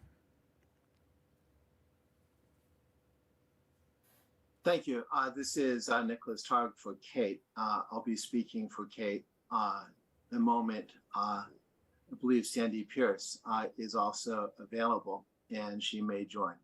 So I'll just take a few moments here. So I just wanted to note that a lot was said about science and lack of science, but I want to point out what we actually do know. And that is about 24 complaints have been filed with the county about this facility in particular, and another 19 regarding its immediate twin. And that's at this level of existing and limited grow intensity. And the proposal here is to continue the grow and also to expand into processing. We also know that Ms. Hunt's family is across the way from the facility, and she suffered with odors, has experienced health impacts. 2 tenants have left because of odors, and she's experienced economic harms. And the daughter of one of the tenants became really quite seriously ill. And Kate has suffered with these ongoing and pervasive odors on an ongoing basis and has let folks know. Most recently, we heard about the graduation and the alumni weekend. And we also know that 5980 Casitas Road is the closest facility. No, but notwithstanding statements that we've heard about management of change and being responsive in a 4-tiered system and steps that the county may take, there have been a couple of dozen complaints and complaints from regarding the neighboring facility. And none of this is secret, but the odors continue, and it continues to be a problem. I also want to point out that it was said that Kate can't show that a specific molecule from 5980 Casitas Pass are the ones that are causing the problem. Not sure that that's right, but let's take that as accurate. Just because you can't show that a specific molecule, that you can't show that a specific molecule is causing the problem, doesn't mean that its source isn't the one causing the problem or that it's exacerbating an existing problem or contributing to a cumulative problem. I also wanted to note that showing proof at a molecular level isn't what we're talking about here. It's not what the ordinance is about. The BACT ordinance, the Coastal Zone Ordinance, is a public health ordinance. It requires that equipment, methods used for reducing odors that are consistent with applicable and accepted available industry-specific best control technologies and the methods are designed to mitigate those odors. This is public health. It states as much in the ordinance, and it doesn't require proof that this facility caused that harm. It's written in the ordinance broadly so that everybody knows what to expect. And the requirement of scientific experiments on a case-by-case basis aren't required either by planning staff, a nearby neighbor, or the planning commission. Mr. Strauss noted that regenerative carbon, in fact, is the most effective, and that it should be required were Kate or another school located within 1,000 feet. It's the best control technology. We also know that is feasible. And how do we know that? We know it because there are 6 facilities that are presently using it or have agreed to be using it now or in short order. If something other than regenerative carbon is proposed here, I just want to point out that there's no economic playing field and that the incentive is to adopt the most limited form of control technology, the cheapest control technology to balance the industry and its impact on the community against economics. And that's not a public health statute. It would allow a lesser technology, and we'll see countless applicants coming up saying, hey, we don't have to use what everybody else is using because we're different. And the Planning Commission, on a case-by-case basis, is going to have to determine whether there are a sufficient number of people getting hurt to merit what kind of technology is used. And again, that's not the nature of a public health ordinance or statute. In fact, that's the antithesis of a public health statute. The idea that in the backed analysis itself, that it stated that regenerative carbon isn't proved up. It's not a technology. Is belied by the fact that there are in fact 6 facilities that are either now using it or have stated that they're going to be using it within the next year.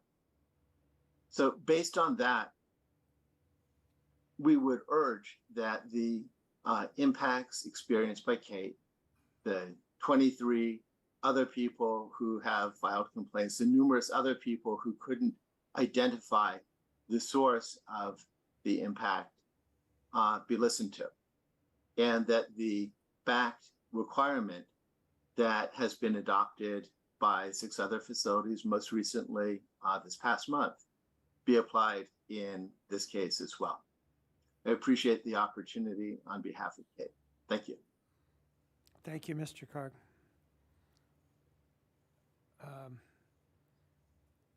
Okay, applicant has the last word.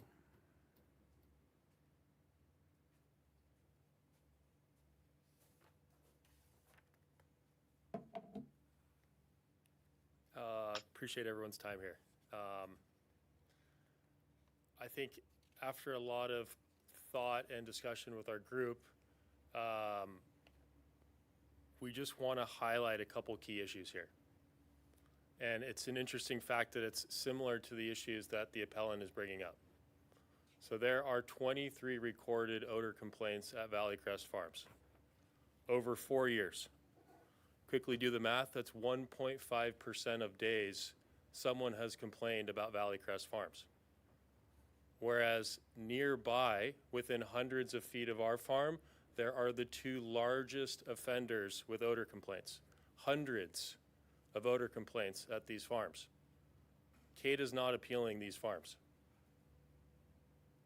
So it seems as if there is uncertainty over who is the responsible party, and based on the uncertainty of the responsible party is why myself, carp growers, Mark Shatillo, and the coalition built the 4-tiered response plan that involves testing, increased technologies, communication, and reporting. all critical components that get us to the level of intensity that we're asking for here in this commission hearing. There is a clear, defined contractual obligation for Headwaters and Valley Crest Farms to arrive at carbon scrubbers if deemed necessary through a scientifically proven process. That's all that we're asking for, is to use current testing technologies to ensure that we are the responsible individual, which would then warrant the increased CapEx. The 6 farms that have agreed to use carbon technology are not necessarily continuing to operate in Carpinteria. So I want to make that really clear. At least one of the 6 farms has already pulled out of Carpinteria due to the cost to operate here in Carpinteria. So that's just one perspective. I think the other key data point is that we have an individual and a group that has appealed the vast majority of the projects, who are now calling to support this project. Mark Shatillo has been at the forefront of appealing cannabis projects in Santa Barbara County. Mark Shatillo is now calling to support this project. I think it's a major change in the perspective of the community members, and the pathway to get to a place where we feel that we have the correct technology for each individual location.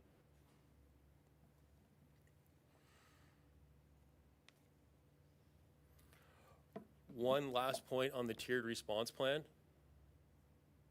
We are fully committed in our OAP with the county, and we are fully committed in a contractual obligation with the coalition to go through these tiered responses to arrive at a different source of best available control technology if deemed necessary through a proven scientific testing process. But for the commission and the county to ask for us to jump to tier 4 without going through the process undermines the contract and the process that farmers made with the community members that are impacted by this process. So I only ask the commission to allow us to run the process and allow us to use testing and scientific data to ensure that it is necessary and at what extent we may be deemed necessary to deploy scrubbers into our cultivation process. And just one last little fact to clarify the difference between carbon filtration and carbon scrubbers. Carbon filtration is a old technology that has been used for decades in cannabis processing. Carbon scrubbers are a brand new technology to be used in open air greenhouses that still have quite a bit of ambiguity in terms of volume, duration, cleanliness, etc. So we created a contractual obligation with the community to get through a process to land at a place where we know whether we need to install or we don't need to install. And as the staff mentioned, we are willing to subject ourselves to enforcement. So we feel like we created a contract with very smart, very capable individuals to create this pathway that would lead us to what we're talking about today. We just ask the commission to allow us to run that process both with Kate and with the community to ensure that what we're asking for is necessary. That's all. Thank you. Thank you, Mr. Strauss. Okay. That brings us back to the commission and to staff. I would invite the commissioners to ask any questions of staff, and staff to see if there's anything that they would like to have determined by the commission.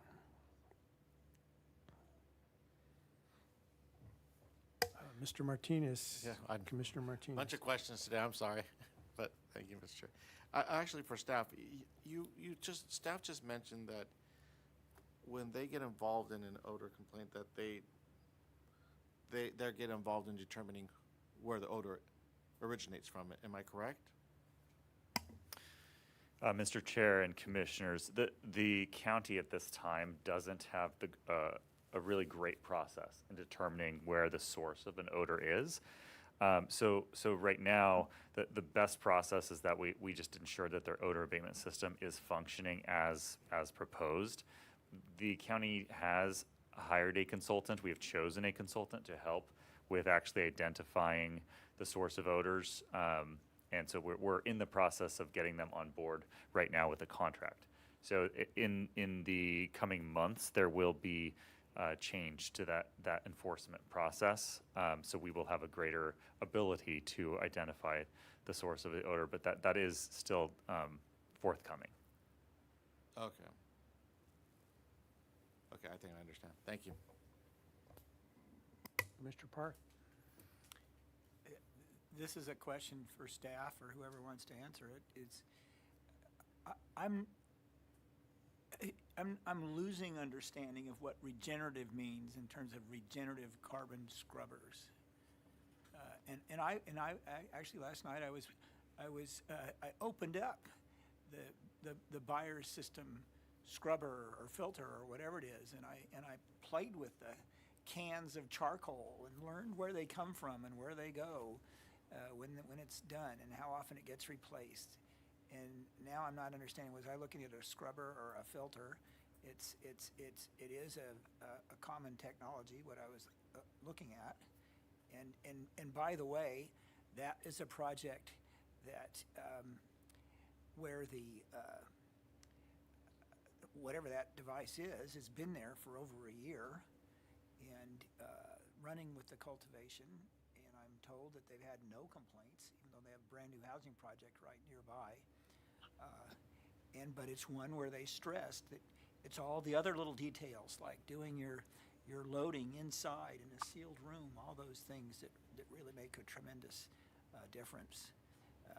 So I don't know if that's instructive or not for this particular project, but it is something that came up at our last hearing where the proponent for the applicant was telling us that how unproven carbon is and whether it works or not or whatever, and in fact said something specifically about Buyers, but Buyers it is working at CVW. But is that regenerative? Is that a scrubber? Is that a filter? I mean, are we using poor terminology if we require somebody to use something that's regenerative when we don't even know what that means? Can you answer that question? Mr. Chair and Commissioner Park, I don't have the technical expertise to answer the difference between what a carbon filtration system is and a regenerative carbon scrubbing system is. Essentially, I think I would defer to the applicant team if they have a good answer for that. But we as staff rely on certified industrial hygienists and professional engineers to make that determination that a system is best available control technology to reduce odors and to be consistent with the code. You gave it your best shot, thanks. Commissioner Bridley? Mr. Dargell, you said something about the contractor that's going to be hired for consistent or improved permit compliance research or work, right? When this whole program was rolled out, there were beliefs by some people in the county that we would have some tool, and I'm actually tipping my hat to Commissioner Blau about, if it smells at the property line, that's it. It was very simple to him. So my question is, this person that you're hiring, do we know, is there going to be some sort of a tool where you can go out and actually measure on a site? And I appreciate this isn't really in your job description, but the whole focus on the reason why I believe the Planning Commission is always in this dilemma is that we all want to rely on permit compliance, making sure that these conditions follow through, just like the 4-phase odor abatement plans do the same thing. And yet, over and over, we have testimony that says, hey, it's still very bad out here. And we file complaints, and yet things have not been resolved. So my question is focused. Is this person that you're hiring or this additional expertise, are they coming with new tools or technology, or how is that anticipated to improve the complaint system? Mr. Chair and Commissioner Bradley, I don't know what technology would be used, but my understanding is that the consultant is evaluating different technologies that are available, and we'll be working with the county to establish different technologies that can be utilized, whether or not that's technology that's based on different strains and understanding who's growing which strains and identifying the odors that are associated with those strains. That's something that the consultant will be working to identify, and that they'll be working with the county to do that. So I hesitate to give you a strong response now on what different technologies will be used, because I don't know, and that is kind of beyond my position as being the permitting staff, and our enforcement staff will have more answers for you in the future on that. Chair, I might chime in. I'm listening from my office, and I can help provide some additional information about that. So there are a couple of different types of technology that might be help us to determine where odor is coming from, but weather data monitoring is a part of that. And so that will be a feature and a technology used. We're also going to be looking at systems that are, with respect to the vapor phase technology, looking at whether or not that vapor phase technology is actually getting the EcoSorb or whatever material they're using in that system to the areas where it needs to go. There has been some question as to whether or not there's enough pressure in those systems. So those are the types of things we'll be looking at. But as Mr. Dargle says, we're going to use whatever technology we can to help us narrow down where odor is coming from. It has been a real struggle, as we know, due to the proximity of the grows to one another. Unfortunately, we cannot track, individual strains. My dream was that each site would have a color that would come up, associated with their strain, but that's just not a feasible technology at this point, or some kind of technology that could detect it. But then you could have growers growing the same strain, so it's a tricky situation. But that hopefully gives you a little bit more information on what it is we're going to be embarking on. Okay, but the key is that you're actually having additional expertise in the permit compliance division or section really focused on just that. So that's sort of new news, right, Director Plowman? Commissioner Bridley, through the chair, we have talked about it. It has taken longer than we'd hoped for a variety of reasons to be able to bring this person on board. But it was the idea when we first created that condition that requires the department to do quarterly reviews in the first year. And so it's not really a new concept. It's just taken much longer, and we probably haven't kept the commission apprised of it as we should have.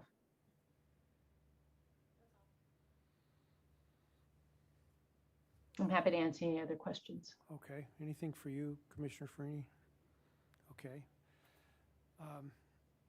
Then I guess we're ready to deliberate, unless you have anything on your table there, Mr. Dargle. Yes, Mr. Chair. I think Mr. Singer did have just a handful of items he wanted to clarify for the record, just so that the commission has that before deliberations. Okay, thank you.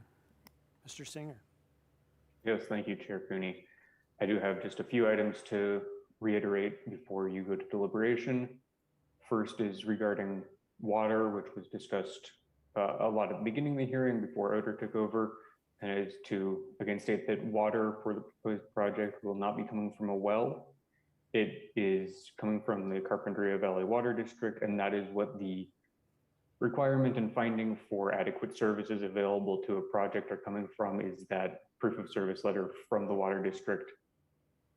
Additionally, the water district does not have restrictions on water for agricultural uses under a stage 2 water shortage. They do have restrictions on other things, but agricultural water is not specifically listed as something that they will be restricting water for.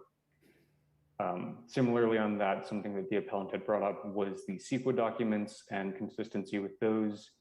The memo submitted prior to the June 1st hearing did have an updated CEQA document, which has a consistent project description with the revised project description in that memo. And that would be the CEQA document that the project is relying on. A point that was brought up in the discussions with the applicant on offsite processing, the project description does allow 15% of cannabis processed to be from offsite grows. I believe the applicant had mentioned either 10 or 20%, so it's straight down the middle there at 15%, and it has restrictions on the number of trips that can be associated with that, which is 1 import and 1 export trip per day for that. And finally, just to reiterate one more time on the proposed odor abatement, the OAP does meet all of the code requirements. They have adopted the agreed upon tiered abatement, odor abatement program. And to reiterate, as Mr. Dargle said a couple of times, the county is the authority to decide the validity of odor complaints and the source of the odor. So if the county determines that this applicant is the source of odor complaints, then the applicant will be required to move to a higher tier for the county's requirements. And additionally, a final reminder about some of the code requirements for odor control. Article 2 requires that an odor abatement plan prevent odors from being experienced in residential zones specifically. And the subject property for this, as well as all neighboring properties and the properties that the Kate School owned, are all located within an agricultural zone. And that concludes my comments. Thank you. Thank you, Mr. Singer. You've been quiet for a few hours, so if you're sure you're done, we'll move to deliberations. I appreciate the opportunity, but please move to deliberations. Okay. Okay, well, staff has done a terrific job on a difficult project. The commission is faced with a number of challenges here. I think we're dealing with the cream of the crop in terms of growers in the Carpinteria Valley, and it's been demonstrated that there are a lot that are complained about more, and I think that's probably absolutely true. But is that the criterion by which we should measure whether or not to uphold the permit that was issued by our staff months and months ago?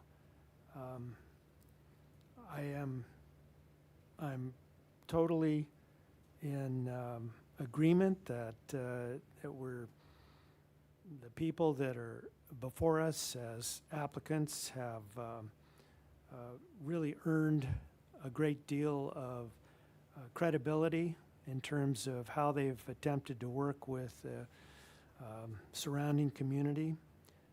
But they're saying basically that if you determine that we have to go to a more sophisticated filter system or carbon system, that we might chase all of the good operators out of Carpinteria. And that threat really is real to them, I'm sure, but I don't think we can use that as the standard by which we judge this project and others to come before us in the future.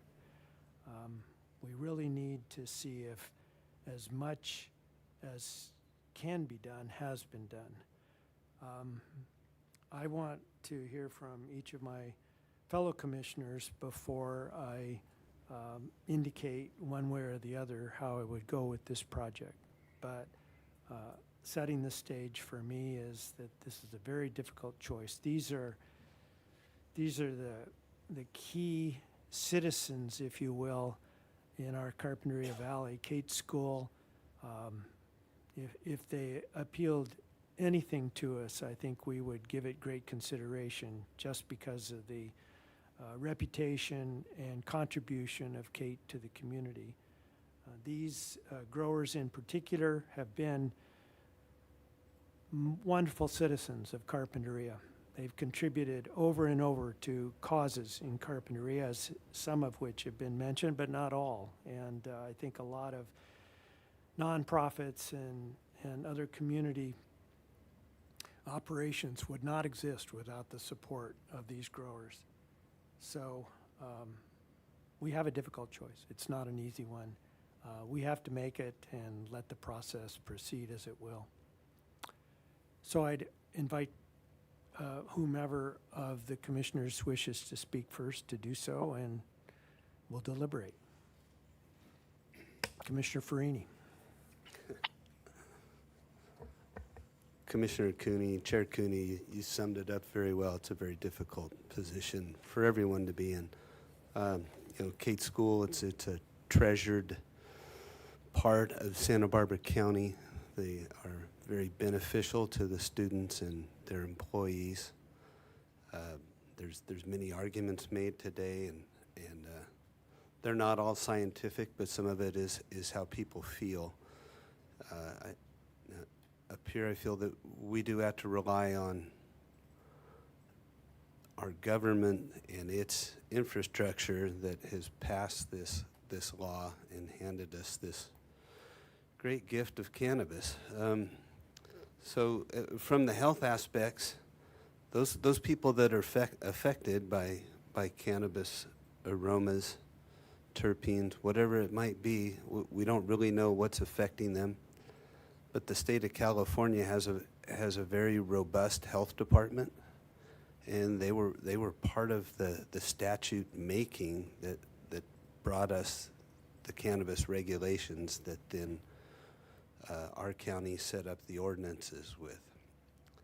So I have to have some faith in our own health branch of the government. It is troubling to hear that this industry that we've put all this time into listening and getting permits and listening to public comment, acting on public comment, now is in trouble. I'm not sure where that's going to go. I think while times were good, they did put together the OAP, as is up on, part of it's up on the screen here, and that was the industry performing in good faith with the community, and the community was involved in forming these procedures and actions.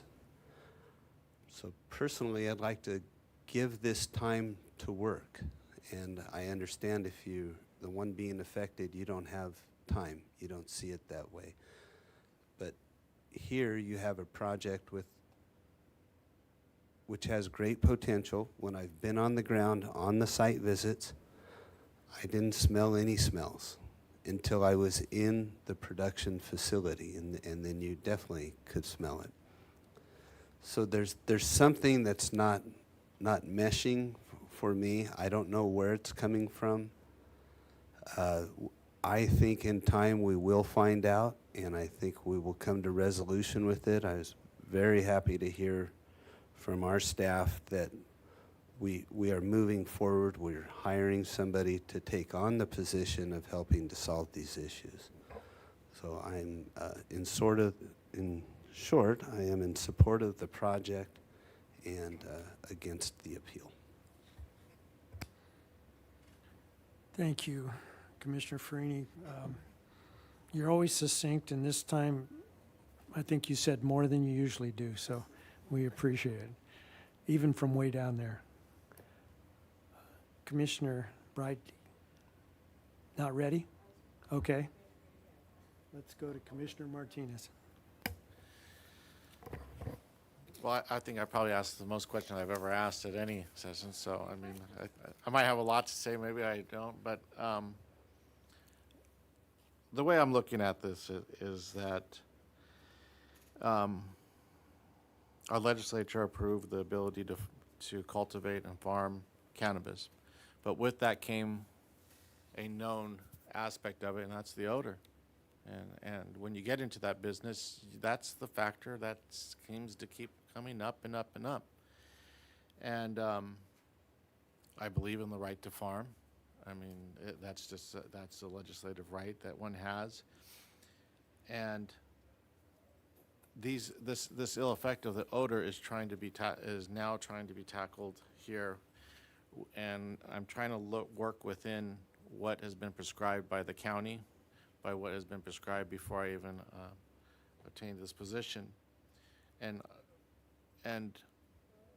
I would say that I wouldn't ignore the fact of the odor because I wouldn't want it. I mean, and the kids to be in it. I'm very protective of the educational atmosphere, of learning in that atmosphere, and of trying to do, you want your kid to do the best in the best educational environment possible. But what I'm also hearing, though, is that we're entering lean times in regards to the cannabis industry, and I heard that, and I've read about it. And what I can become concerned when I hear that about lean times is that people start cutting corners. And that's why I was asking so many questions of how do we enforce these things? Because in so many times, and it's just my experience in the practice of what I do, when people get lean, they look of a shortcut. And the shortcuts have an impact upon the rest of the industry. And even for those who are most responsible, that becomes even more of a responsibility upon those who are trying to bring that industry to a higher level. And so I have that caution in mind in relation to these things. There seems to be that there has been a medium reached in relation to this, is that nobody's looking to eliminate. I even saw that within the appellants, that within the applicants' paperwork, nobody's looking to eliminate it. The odor is going to exist, but they're looking to reduce it. And so with that in mind, people are recognizing, well, with this industry, there is going to be an odor, but how are we going to reduce this odor?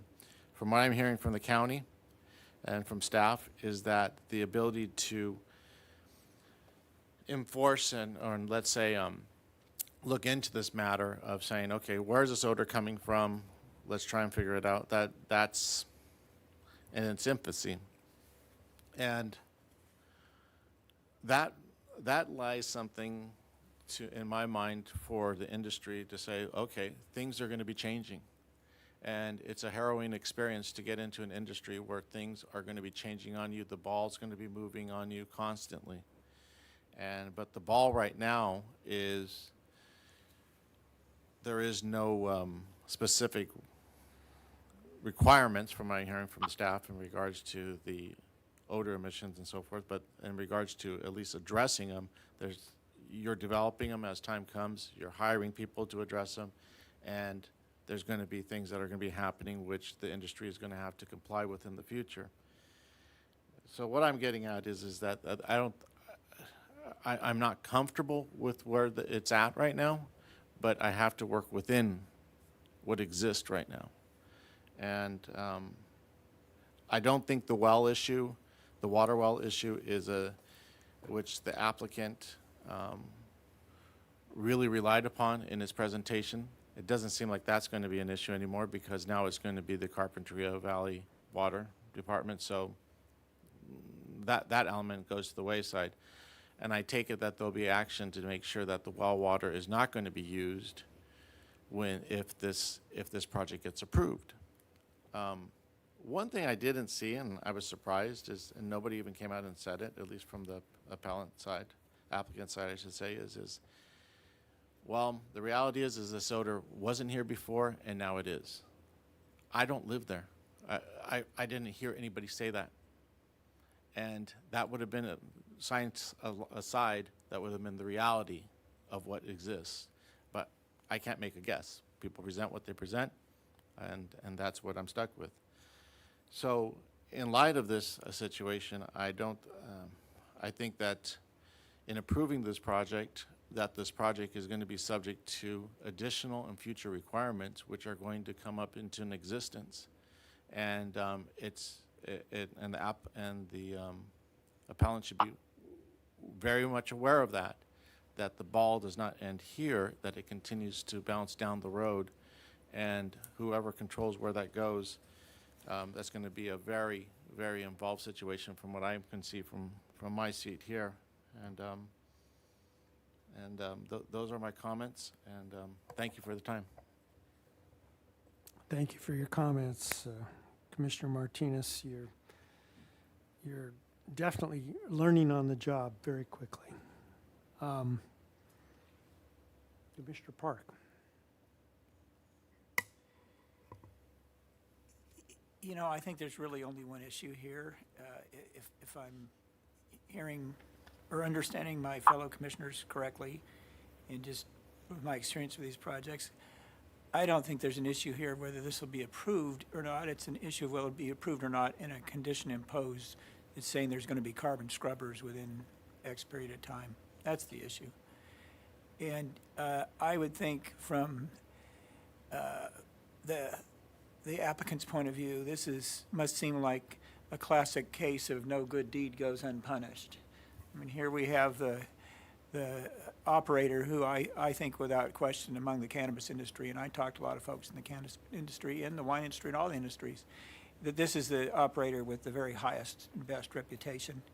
And here's an operator who led the way in negotiating the agreement with the coalition of concerned citizens, or coalition for the tiered response system and so forth. And this is an operator who also went out of his way to find a remote location and minimize the concerns over odor. And this is an operator that fully understands that all those details and how you operate is the most certain way of reducing odor. Things like having your trucks loaded in a sealed area, that kind of stuff. And so it must be particularly galling to look at this and say, at the very worst time for the cannabis industry, just to make things look good, these politicians are going to stick me with a $500,000 to $1 million extra cost for scrubbers. I'm using cruder language than Mr. Strauss would use, but I think he understands. That being said, you know, what happens with odor is a tricky thing. It's not necessarily linear. You know, you might not smell it right outside a building, and you might smell it a mile away. It's different than terpene deposition. When we're looking at the issue we look at in the outdoor grows in the North County, we're often looking at how far does a vineyard need to be from a cannabis site before there's a lack of terpene deposition or more increased terpene deposition. And that's just that is a somewhat linear function of how far these particles go. But odor's different. So I don't know where the odor comes from that they're noting at Kate School. It may be from other ends of the valley. It may be all the valley put together. It may be this project. We have no way of knowing. I hope someday we'll have a way of knowing, but we don't now. For consistency's sake, I've been very aggressive, at least in my questioning of those applicants who say, well, carbon scrubbers aren't proven. We don't want to have to make any decisions right now, because I feel, well, those are kind of weasel words, and what's your response going to be when you get to phase 4 and the tiered response thing? Are you going to do it or not? Are you going to go to carbon scrubbers, or what are you going to do? So I've really pushed to require them within a certain period of time. So, I'm kind of at a loss. I think that the operator makes some very good points and is doing as good a job as possible. And yet I think for consistency's sake, we've required other growers to adopt this technology, and should we not do it here? But I'm gonna flip Chair Cooney's words. He always asks us first how we want to vote before he says what he wants to do, or sometimes you do that. So before I say how I want to vote, I want to hear what you think, Chair Cooney, and hear what the motion will actually be. Mr. Briley. I'm ready now. I want, these are always very difficult, and second youngest on the commission next to Commissioner Martinez, I also arrived after the ordinance was in place, and I just sort of felt like we had a hot matzo ball, and oh my gosh, what are we going to do with this thing? And for 2 years, the industry pushed itself, the Planning Commission pushed itself, the county pushed itself, and I still think today it's much, much better than it was several years ago. I think everyone here can agree on that. Now we have a new factor in that the industry is facing some certain economic challenges, and now the science is very expensive for them to do. I then go back to some of my first reactions on earlier cases where I looked at the quality of the applicant, the history, the local commitment, the commitment to capital improvements on the site, And that sways me. And so I believe that Mr. Strauss and his partnerships are the very highest caliber, as Commissioner Park explained.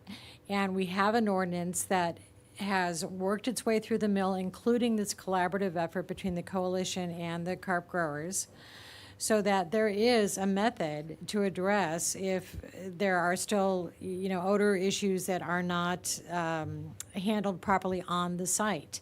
That's why I was so interested and intrigued by when staff said that there's a new, enforcement person that's going to really focus on that. So all that said, we have a law, we have a program. This applicant meets all those standards. Obviously, the director already approved the permit, and we have limited discretion. Again, here we are in this box of a appeal, and it's not like it's a development plan, and we have neighborhood compatibility findings. So I am actually, as much as I adore Kate and I respect all of their concerns, and I am proud of them for appealing it because they're saying, hey, this is still a difficult issue. I am not convinced that it's actually an issue for this site.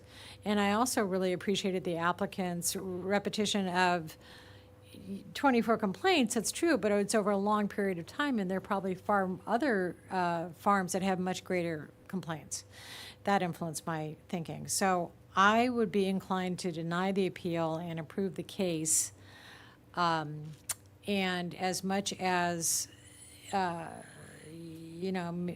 maybe, 6 or 8 months ago, I would have said they absolutely have to have the carp infiltration jettisoned forward in their odor abatement plan. I'm actually okay with the way it's written here after all of that collaboration between Coalition for Responsible Cannabis and the growers. So I am probably inclined to support it. Thank you, Commissioner Bridley. And thank you all, really. Everybody has a different perspective, and that contributes to the quality of the Planning Commission's work, even on these tough cases. In my time, we've had pleading from oil companies that if you make us do this instead of pumping chemicals down the well hole to increase production, we're going to go out of business. And if we go out of business, all the contributions we've made to the community, the schools, everything, it's going to end. Pay attention to that and rule in our favor. And I think the Planning Commission as an institution, speaking generally, has favored the impact on communities over the financial and economic welfare of particular operators. This fits in my thinking now that we have a good, better than good. We have a experienced operator working with high quality owners, and they're basically saying pay attention to that and don't drive us out of town because we want to be here, and others in similar situations forced to spend more money to reduce the odor have left or threatened to leave. I respect everybody's opinion, and I believe it's still my obligation to hold this applicant to the same standards we have in 6 other cases, including the one that was visited by Commissioner Park yesterday. And in this case, that means going a step beyond what they've offered in their application. Basically, they're saying to us that given the closed nature of the processing warehouse to come, we think a minimal number of filters installed in there will eliminate any odor issues that might otherwise not be caught by the closed nature of the warehouse. The warehouse it's an incredibly large building that we're talking about. It was used as a a packing house for the flower operation. It's well made, it's beautiful, and maybe not airtight, but it definitely minimizes the escape of odors if they come out, and I'm sure they will develop odors in that space once they start operating. We're talking about 35,000 square feet of space to use in the operations. They can take other product grown by others. 15% is the indication here, but they could probably do a lot more and have the major processing facility in Carpinteria. And who's to say that won't happen? But regardless of whether it does or not, I think we should apply the standard that carbon scrubbers and a plan for carbon scrubbers have to be adopted within a reasonable amount of time. The technology is there. There's nothing that will cause backed best available technology to be adopted more quickly. As Kate pointed out, it's a health ordinance to force this along, and I think it ought to be in this case as well. I realize the case may go forward on majority vote, but I'm not persuaded that the existing Fog Coast system for the spaces that are growing the crop or the very major processing to come are going to be addressed sufficiently without some kind of scrubbers, and I would advocate that we do that. So, we can discuss more or we can go to a vote. Does anybody want to add anything from the commission? Commissioner Park. I think we should go to a vote, but I think we should have a motion. And I would like to hear what your motion is. If you're making a motion, Chair Cooney, it is your district, and I think it's not just your district. It's something where you've spent a huge amount of time volunteering at Carpinteria High School and have personal experience with these things, and I think it's important to hear what your motion is. Okay, let me go to staff's recommended actions. Staff recommends that we deny the appeal and make findings for approval of the project as specified in attachment A. My motion is that we grant the appeal and we ask staff to return with findings for denial of the project. That would take some time, and maybe in that time, staff working with the applicant can come up with a specific set of odor correction materials.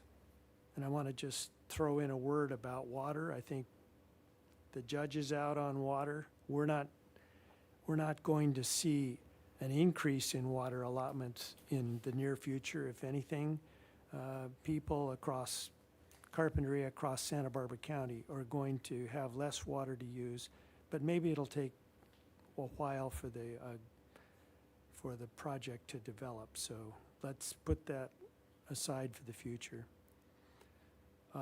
So we need findings for denial of the project, and we obviously, in terms of the project description, matching the action taken and the impact on CEQA, can be worked out at the same time. Is that enough? If I might ask, I can't remember how we got to where we got in other projects, but where we got to was approving the projects with a requirement, an added condition that there be scrubbers within so many months. How did we get there, and how do we get there now if those that want to do it? Because it sounds to me that's kind of where Chair Cooney, would be headed, that if there were more elaborate requirement and certain requirement for best available technology, which in this case, I think you're saying would be the requirement for charcoal scrubbers, just as we did at our very last project. That's where you're headed, even though the motion is to tentatively deny and get findings for denial. But I almost, it might work better to have a more positive affirmation of where we're actually headed, that is to approve the project with scrubbers, if that's what people want to do. I just can't remember how we got there. Anybody on staff remember? I mean, what motions did we make to get there? Or was it just applicant saw the handwriting on the wall and said, here, this is what I'll live with? I believe, and I'll just throw this out, we did this within capability of my memory.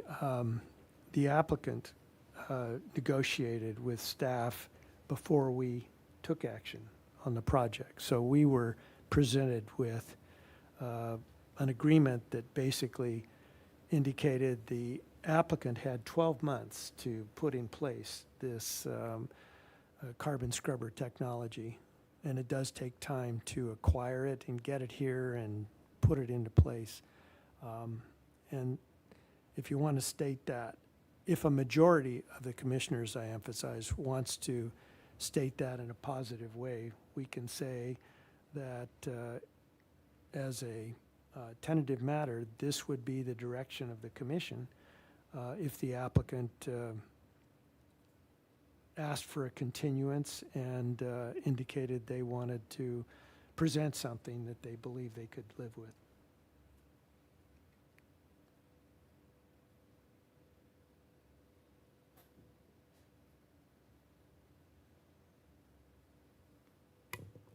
May I go again? Sure, and then we all want to go. Did everybody else go to sleep, or what's going on today? So, or you just want to see how dig a hole I'll dig for myself? Is that what it is? That's what it is. Okay. I'm going to second your motion, Chair Cooney, just so that we have a motion before us. And I support your direction, just because it is your district and because you've thought it through well, and I want to support you on that. If someone can come up with a more direct way of doing it than a motion to deny the appeal and findings like that, I'd like to hear that, because I think if the majority of the commission was inclined to approve the project but with scrubbers, then I think we'd be well suited to have a more positive statement of what we're doing. I hope that made sense, or maybe I just dug a bigger hole.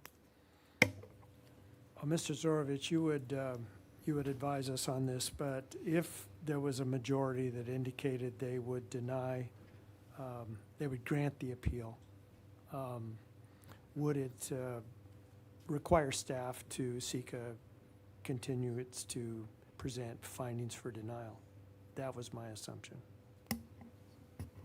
Yes, I think so. If you were to ask them to come back and approve the appeal, they would need to come and spend more time. On Commissioner Park's suggestion, I understand where you're both going. I don't know if the commission as a whole has that direction of making it a positive turn. So it might be at some point good to take a preliminary vote to see where the commission stands. If that's something they would like to do, that might be the next step. Okay, well, we've had very thoughtful comments by commissioners, close to, but maybe not entirely how they would vote on this motion, which has now been seconded. So in the nature of a straw vote, let's just indicate whether there would be support or opposition to the motion. Could you just restate the motion? Is it to continue the item for findings for denial? Correct. Okay. Commissioner Briley, you're up. I'm ready to be tallied for the vote. I would vote against that Okay. motion. Commissioner Farini? Against. Commissioner Martinez? The way I'm understanding the motion would be, is to explore the opportunity to have carbon scrubbers, or at least some light technology, and giving the appellant the ability to talk with staff and go over that and see if they can come up with an alternative voluntarily between themselves. Am I hearing it right, or? Well, I don't think, I mean, that's similar to what we do every day in our Yes. law practices, but I think the way it's done here is that we would indicate how we would vote on the motion. If the motion is a majority of the commissioners oppose the motion, then one of those commissioners should make the motion to approve the project, deny the appeal, as has been suggested by staff. So there's nothing beyond this except the possibility of an appeal to the Board of Supervisors. So we're not continuing the vote, but we would continue the matter to another date. I don't think it would require a continuance if the motion is to grant the appeal. But I haven't made that motion. It would take another one to make that. Mr. Chair, let me just clarify. So if the Planning Commission were to follow those steps that are outlined in the recommended actions, there's no need to continue the item. If the Planning Commission decides in a majority not to deny the appeal but to uphold the appeal, then staff would need extra time to prepare those findings and return to the commission. And during that period of time, there's nothing to prevent the matter from being resolved either by a commitment similar to the expressions we've made for adding scrubbers to the project, but they don't have to. They could accept the decision and the denial decision and move on to the next step. So is it a call for the question? I mean, there's a motion on the floor for denial. There's a second. Could we just vote on that? Yep. That's the next Did you- step, I think. I was just waiting for Commissioner Martinez to understand the motion. No, and that clarifies it for me, and I thank you for that, because I was thinking something completely different there. I'd like to play devil's advocate for a moment. I don't think this is a binary choice that either you deny the appeal, because frankly, and ultimately, I mean, you either deny the appeal or you grant the appeal. It's not that choice. I personally, whenever it comes to an actual vote, will not vote to grant the appeal and deny the project. I would consider voting for denying the appeal, granting the project, with the added condition that the scrubbers be inserted or installed at a certain period of time. And I think actually one does not have to wait for parties to settle this. I think it's within the commission's discretion to add a condition of approval to the conditions that are already set forth in the staff report that would require the scrubbers within a certain period of time. That's my perspective. I don't know if that helps or hurts, but I'm not going to make any motions. I'll leave it up to the rest of you. Commissioner Martinez. If I say, that was my way of thinking about the matter with Commissioner Parker. That is exactly what you said, if I can adopt that. And I don't know if I can right now, but I would say, I would propose, I don't think it's proper right now for me to say that's in my motion, because your motion is still up there. Yeah, I don't think there's any real difference. Maybe there's a practical difference, but I think what I'm saying is that I would accept the project as presented, subject to the requirement that has been applied to other growers, that carbon scrubbers are the best available technology at this time, and it needs to be incorporated in this project within 12 months. Well, would you make that motion if I withdrew my second and you withdrew your prior motion? You make the motion you just described? Yes?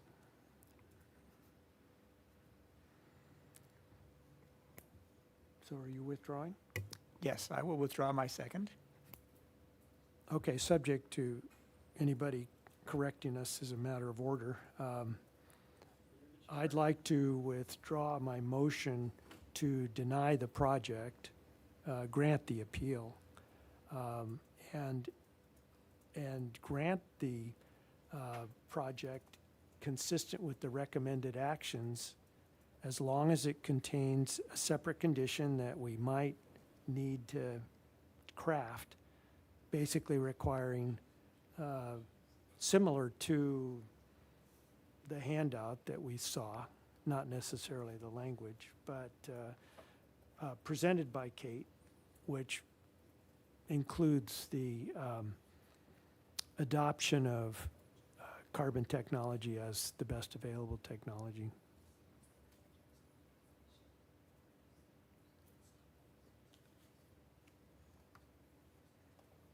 So that's a new motion. Do I have a second to that? Commissioner Martinez, do you want to second that? Yeah, I'll second that. I'll second that motion. Okay, we have a motion and a second, and before we go to the balance of the commission for their vote,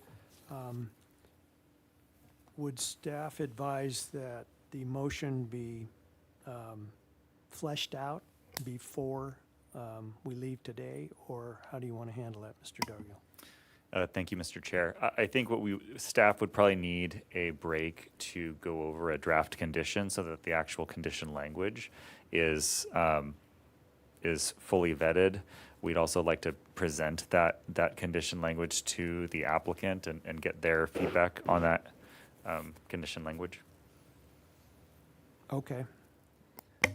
Would you share that process with the appellant as well, so that they can influence it, if not agree with it? Mr. Chair, I think what we would do is staff would work on the condition, and then when we return to a live hearing, we would present it to all parties and have all parties be available to review it at the same time, and then the commission could deliberate and take action on the motion that's been presented. That would be fine. There's one outstanding issue. Commissioner Bridley has a hard commitment at 3 o'clock, and we're less than 15 minutes before that. Yeah, I really apologize this, but I have to go euthanize my dog, and I'm not going to miss that appointment, so that I have to leave at 3 promptly. So if the desire of the commission is to trail it today and, take a break and then come back and work it out, I just won't be able to participate in the vote. So you'll have 4 votes. I'm inclined to support the project. I would be inclined to support it without the charcoal scrubbers now. So that's my position, but it doesn't matter if I'm not here to vote on it. If you continue it to a later hearing, which I think you'd want to check with the applicant and the appellants about, then I'd love to vote on it, but that's essentially where I am. I don't know what to do about it. I didn't expect my dog to die. Sorry. No, of course not.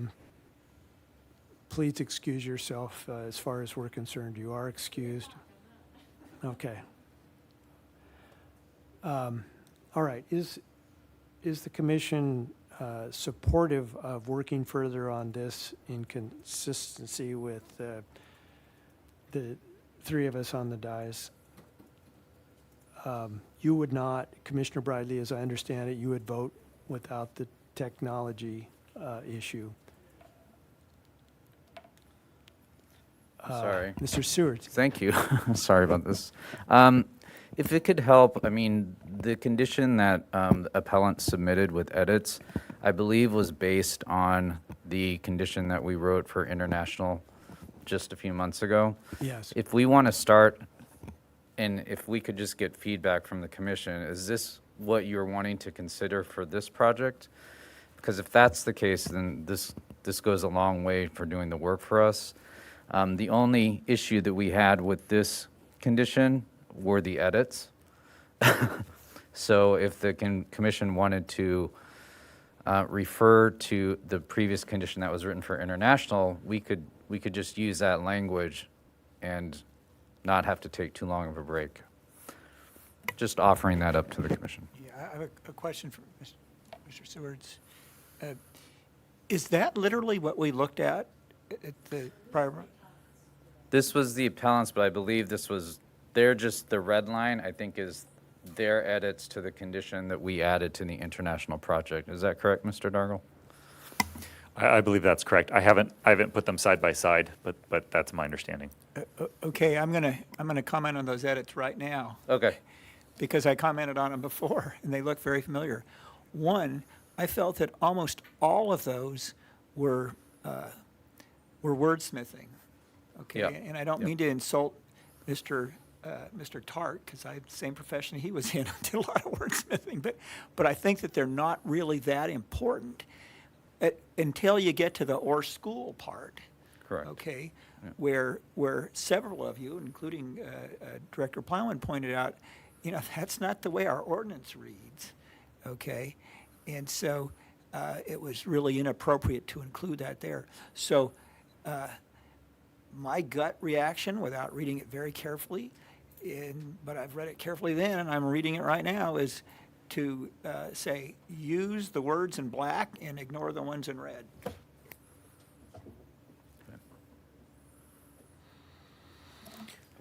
Okay, thank you, Mr. Seward.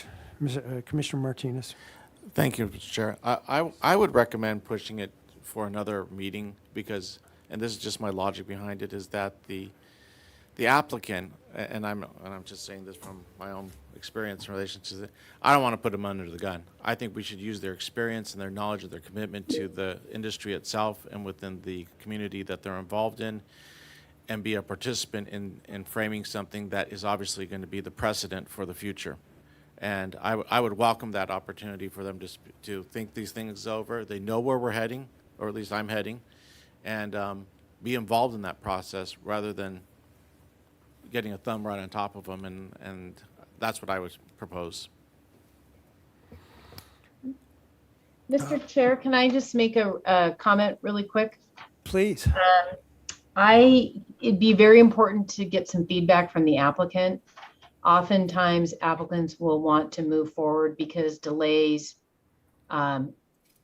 take time and money, and they may have an opinion about that. So I suggest you ask them.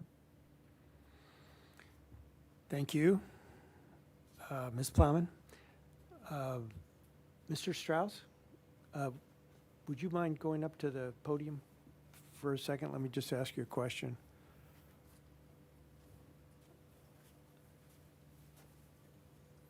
We're considering adding this condition to an approval motion.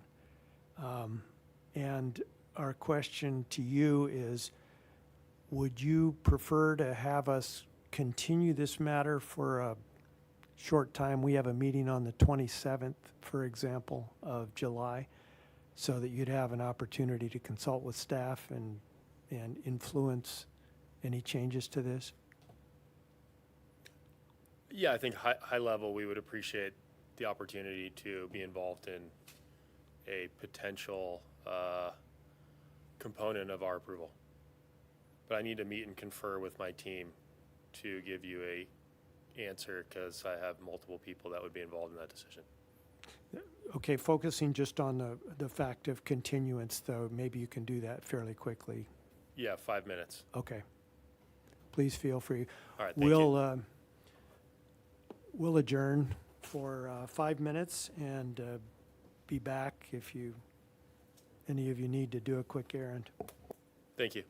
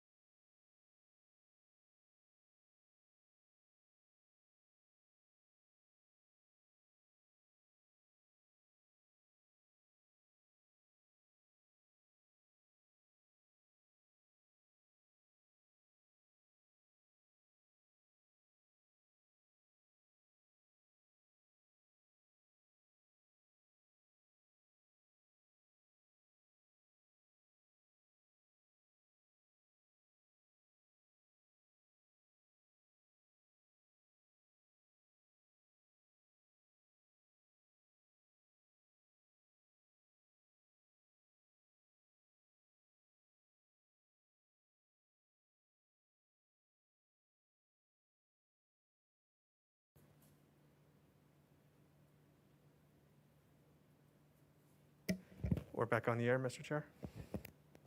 Thank you, Mr. Villalobos. Thank you, everybody, for bearing with us this afternoon. I have a question from the applicants. I asked before we took a break as to whether they would consider a continuance for purposes of adopting language similar to what we see on the screen as a condition of approval. Who is speaking for the applicant? You need to go to the podium so we get it on the record.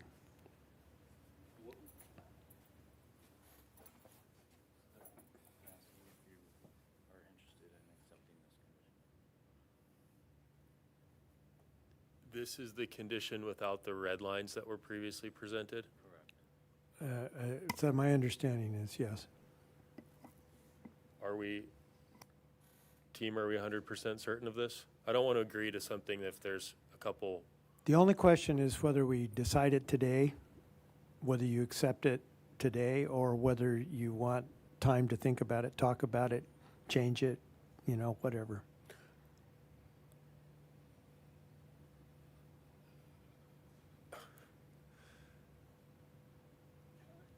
I think we're still in deliberation on our part. Chair Cooney? Commissioner Farini. Okay. The guy who would normally say this isn't with us, but basically what we're saying is we can go with the appeal, which will deny your project, right? Yeah. Or we can add this in, which is scrubbers in 12 months. That's what you would be committing to, and then your project would move forward. If we go ahead and accept the appeal, right, your project dies, and then you can move forward, you can take it up to the board, you can file that now. So if you wait till the 27th, it's going to take you 2 more weeks before you go to the board if you decide you don't like what you got. Travis is agreeing, so I think I got it. Thank you, Commissioner Farini. And in addition, if you accept it and the project passes, and within 10 days you change your mind, you could appeal the decision to approve the project as well. So you have all of those options. Yeah, it seems like Laura's vote was critical for us. And if we wanted to wait 2 weeks to re-vote on this exact item, is that something that's also on the table? It is. And you might come up with different language too,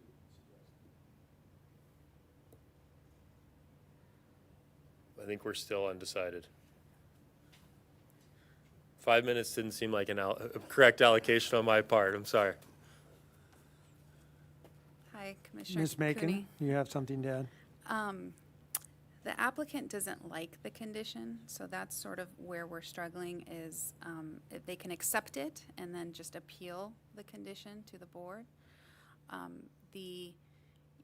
think the applicant's position would have been to, if there was going to be a motion to just approve or support staff's recommendation, if there was going to be a vote for that would have been the applicant's desire. So I don't know if the 2 weeks would allow for that option or if that's just not an option. If the two options are denial or accepting this condition with an approval, then they'll accept the condition with the approval. But their preference, but they will appeal it to the board. Right. So there's nothing to say that they have to commit to agreeing to this today. All we're talking about is continuing it for 2 weeks to give you an opportunity to think about it, talk about it, the risks of saying no to the condition would still be there 2 weeks from now, and you can get another vote from the commission. Commissioner Cooney, we're familiar with the condition. We followed that hearing very closely. So if those are the two options of denial or approval with this condition, then they will take approval with this condition. If those are the only two options. Those are the only two. Okay. But all I was saying is And we were they'll do that prepared. today, Okay. and not wait the 2 weeks. Okay, Thank you. that clarifies it. Thank you very much. Is there any clarification on the project itself that is needed to deny the appeal? Is there anything else that's needed for the commissioners? We had 2 commissioners that voiced a supportive vote of the project as is without the condition. And if there's anything else that we can clarify to get another vote, obviously that's what we would prefer. It seems to be there's a little bit of confusion with carbon scrubbers versus carbon filtration. There seems to be a little bit confusion about the processing building.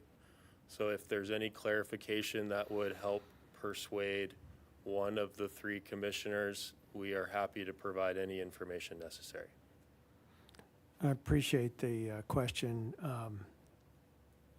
What we were talking about is this language, which you've indicated is not acceptable the way it stands. So we're relying on that, and that would be a question of whether one of the 4 commissioners who's here is going to change his or her mind and vote differently than they indicated just a few minutes ago. So I can ask the commission if there's anything else they would like to hear Please, from. sir. Please ask. Great. Commissioner Martinez, you were one who most recently joined the majority. How do you feel? No, I think I have all the information I need, but I like this. I personally, I'll give a suggestive comment right now, is that I've listened to what the applicant has had to say, and I'm looking at this, and there's that certain provision as such as is very suggestive and gives a lot of ability to work with the staff in the future. That's why I like the language. Thank you. Okay. That's good. I think our decision is made. Okay. We so appreciate everyone's time. We're going to have a vote right now, but we wanted to give you the chance to comment on it. Thank you. Appreciate it. Okay, thank you. All right, so we have one commissioner absent, but we're going to go forward with the motion today, and then staff would basically incorporate this condition in this decision, and we'd proceed so that the appeal could be filed if the applicant chooses to do so within 10 days or whatever.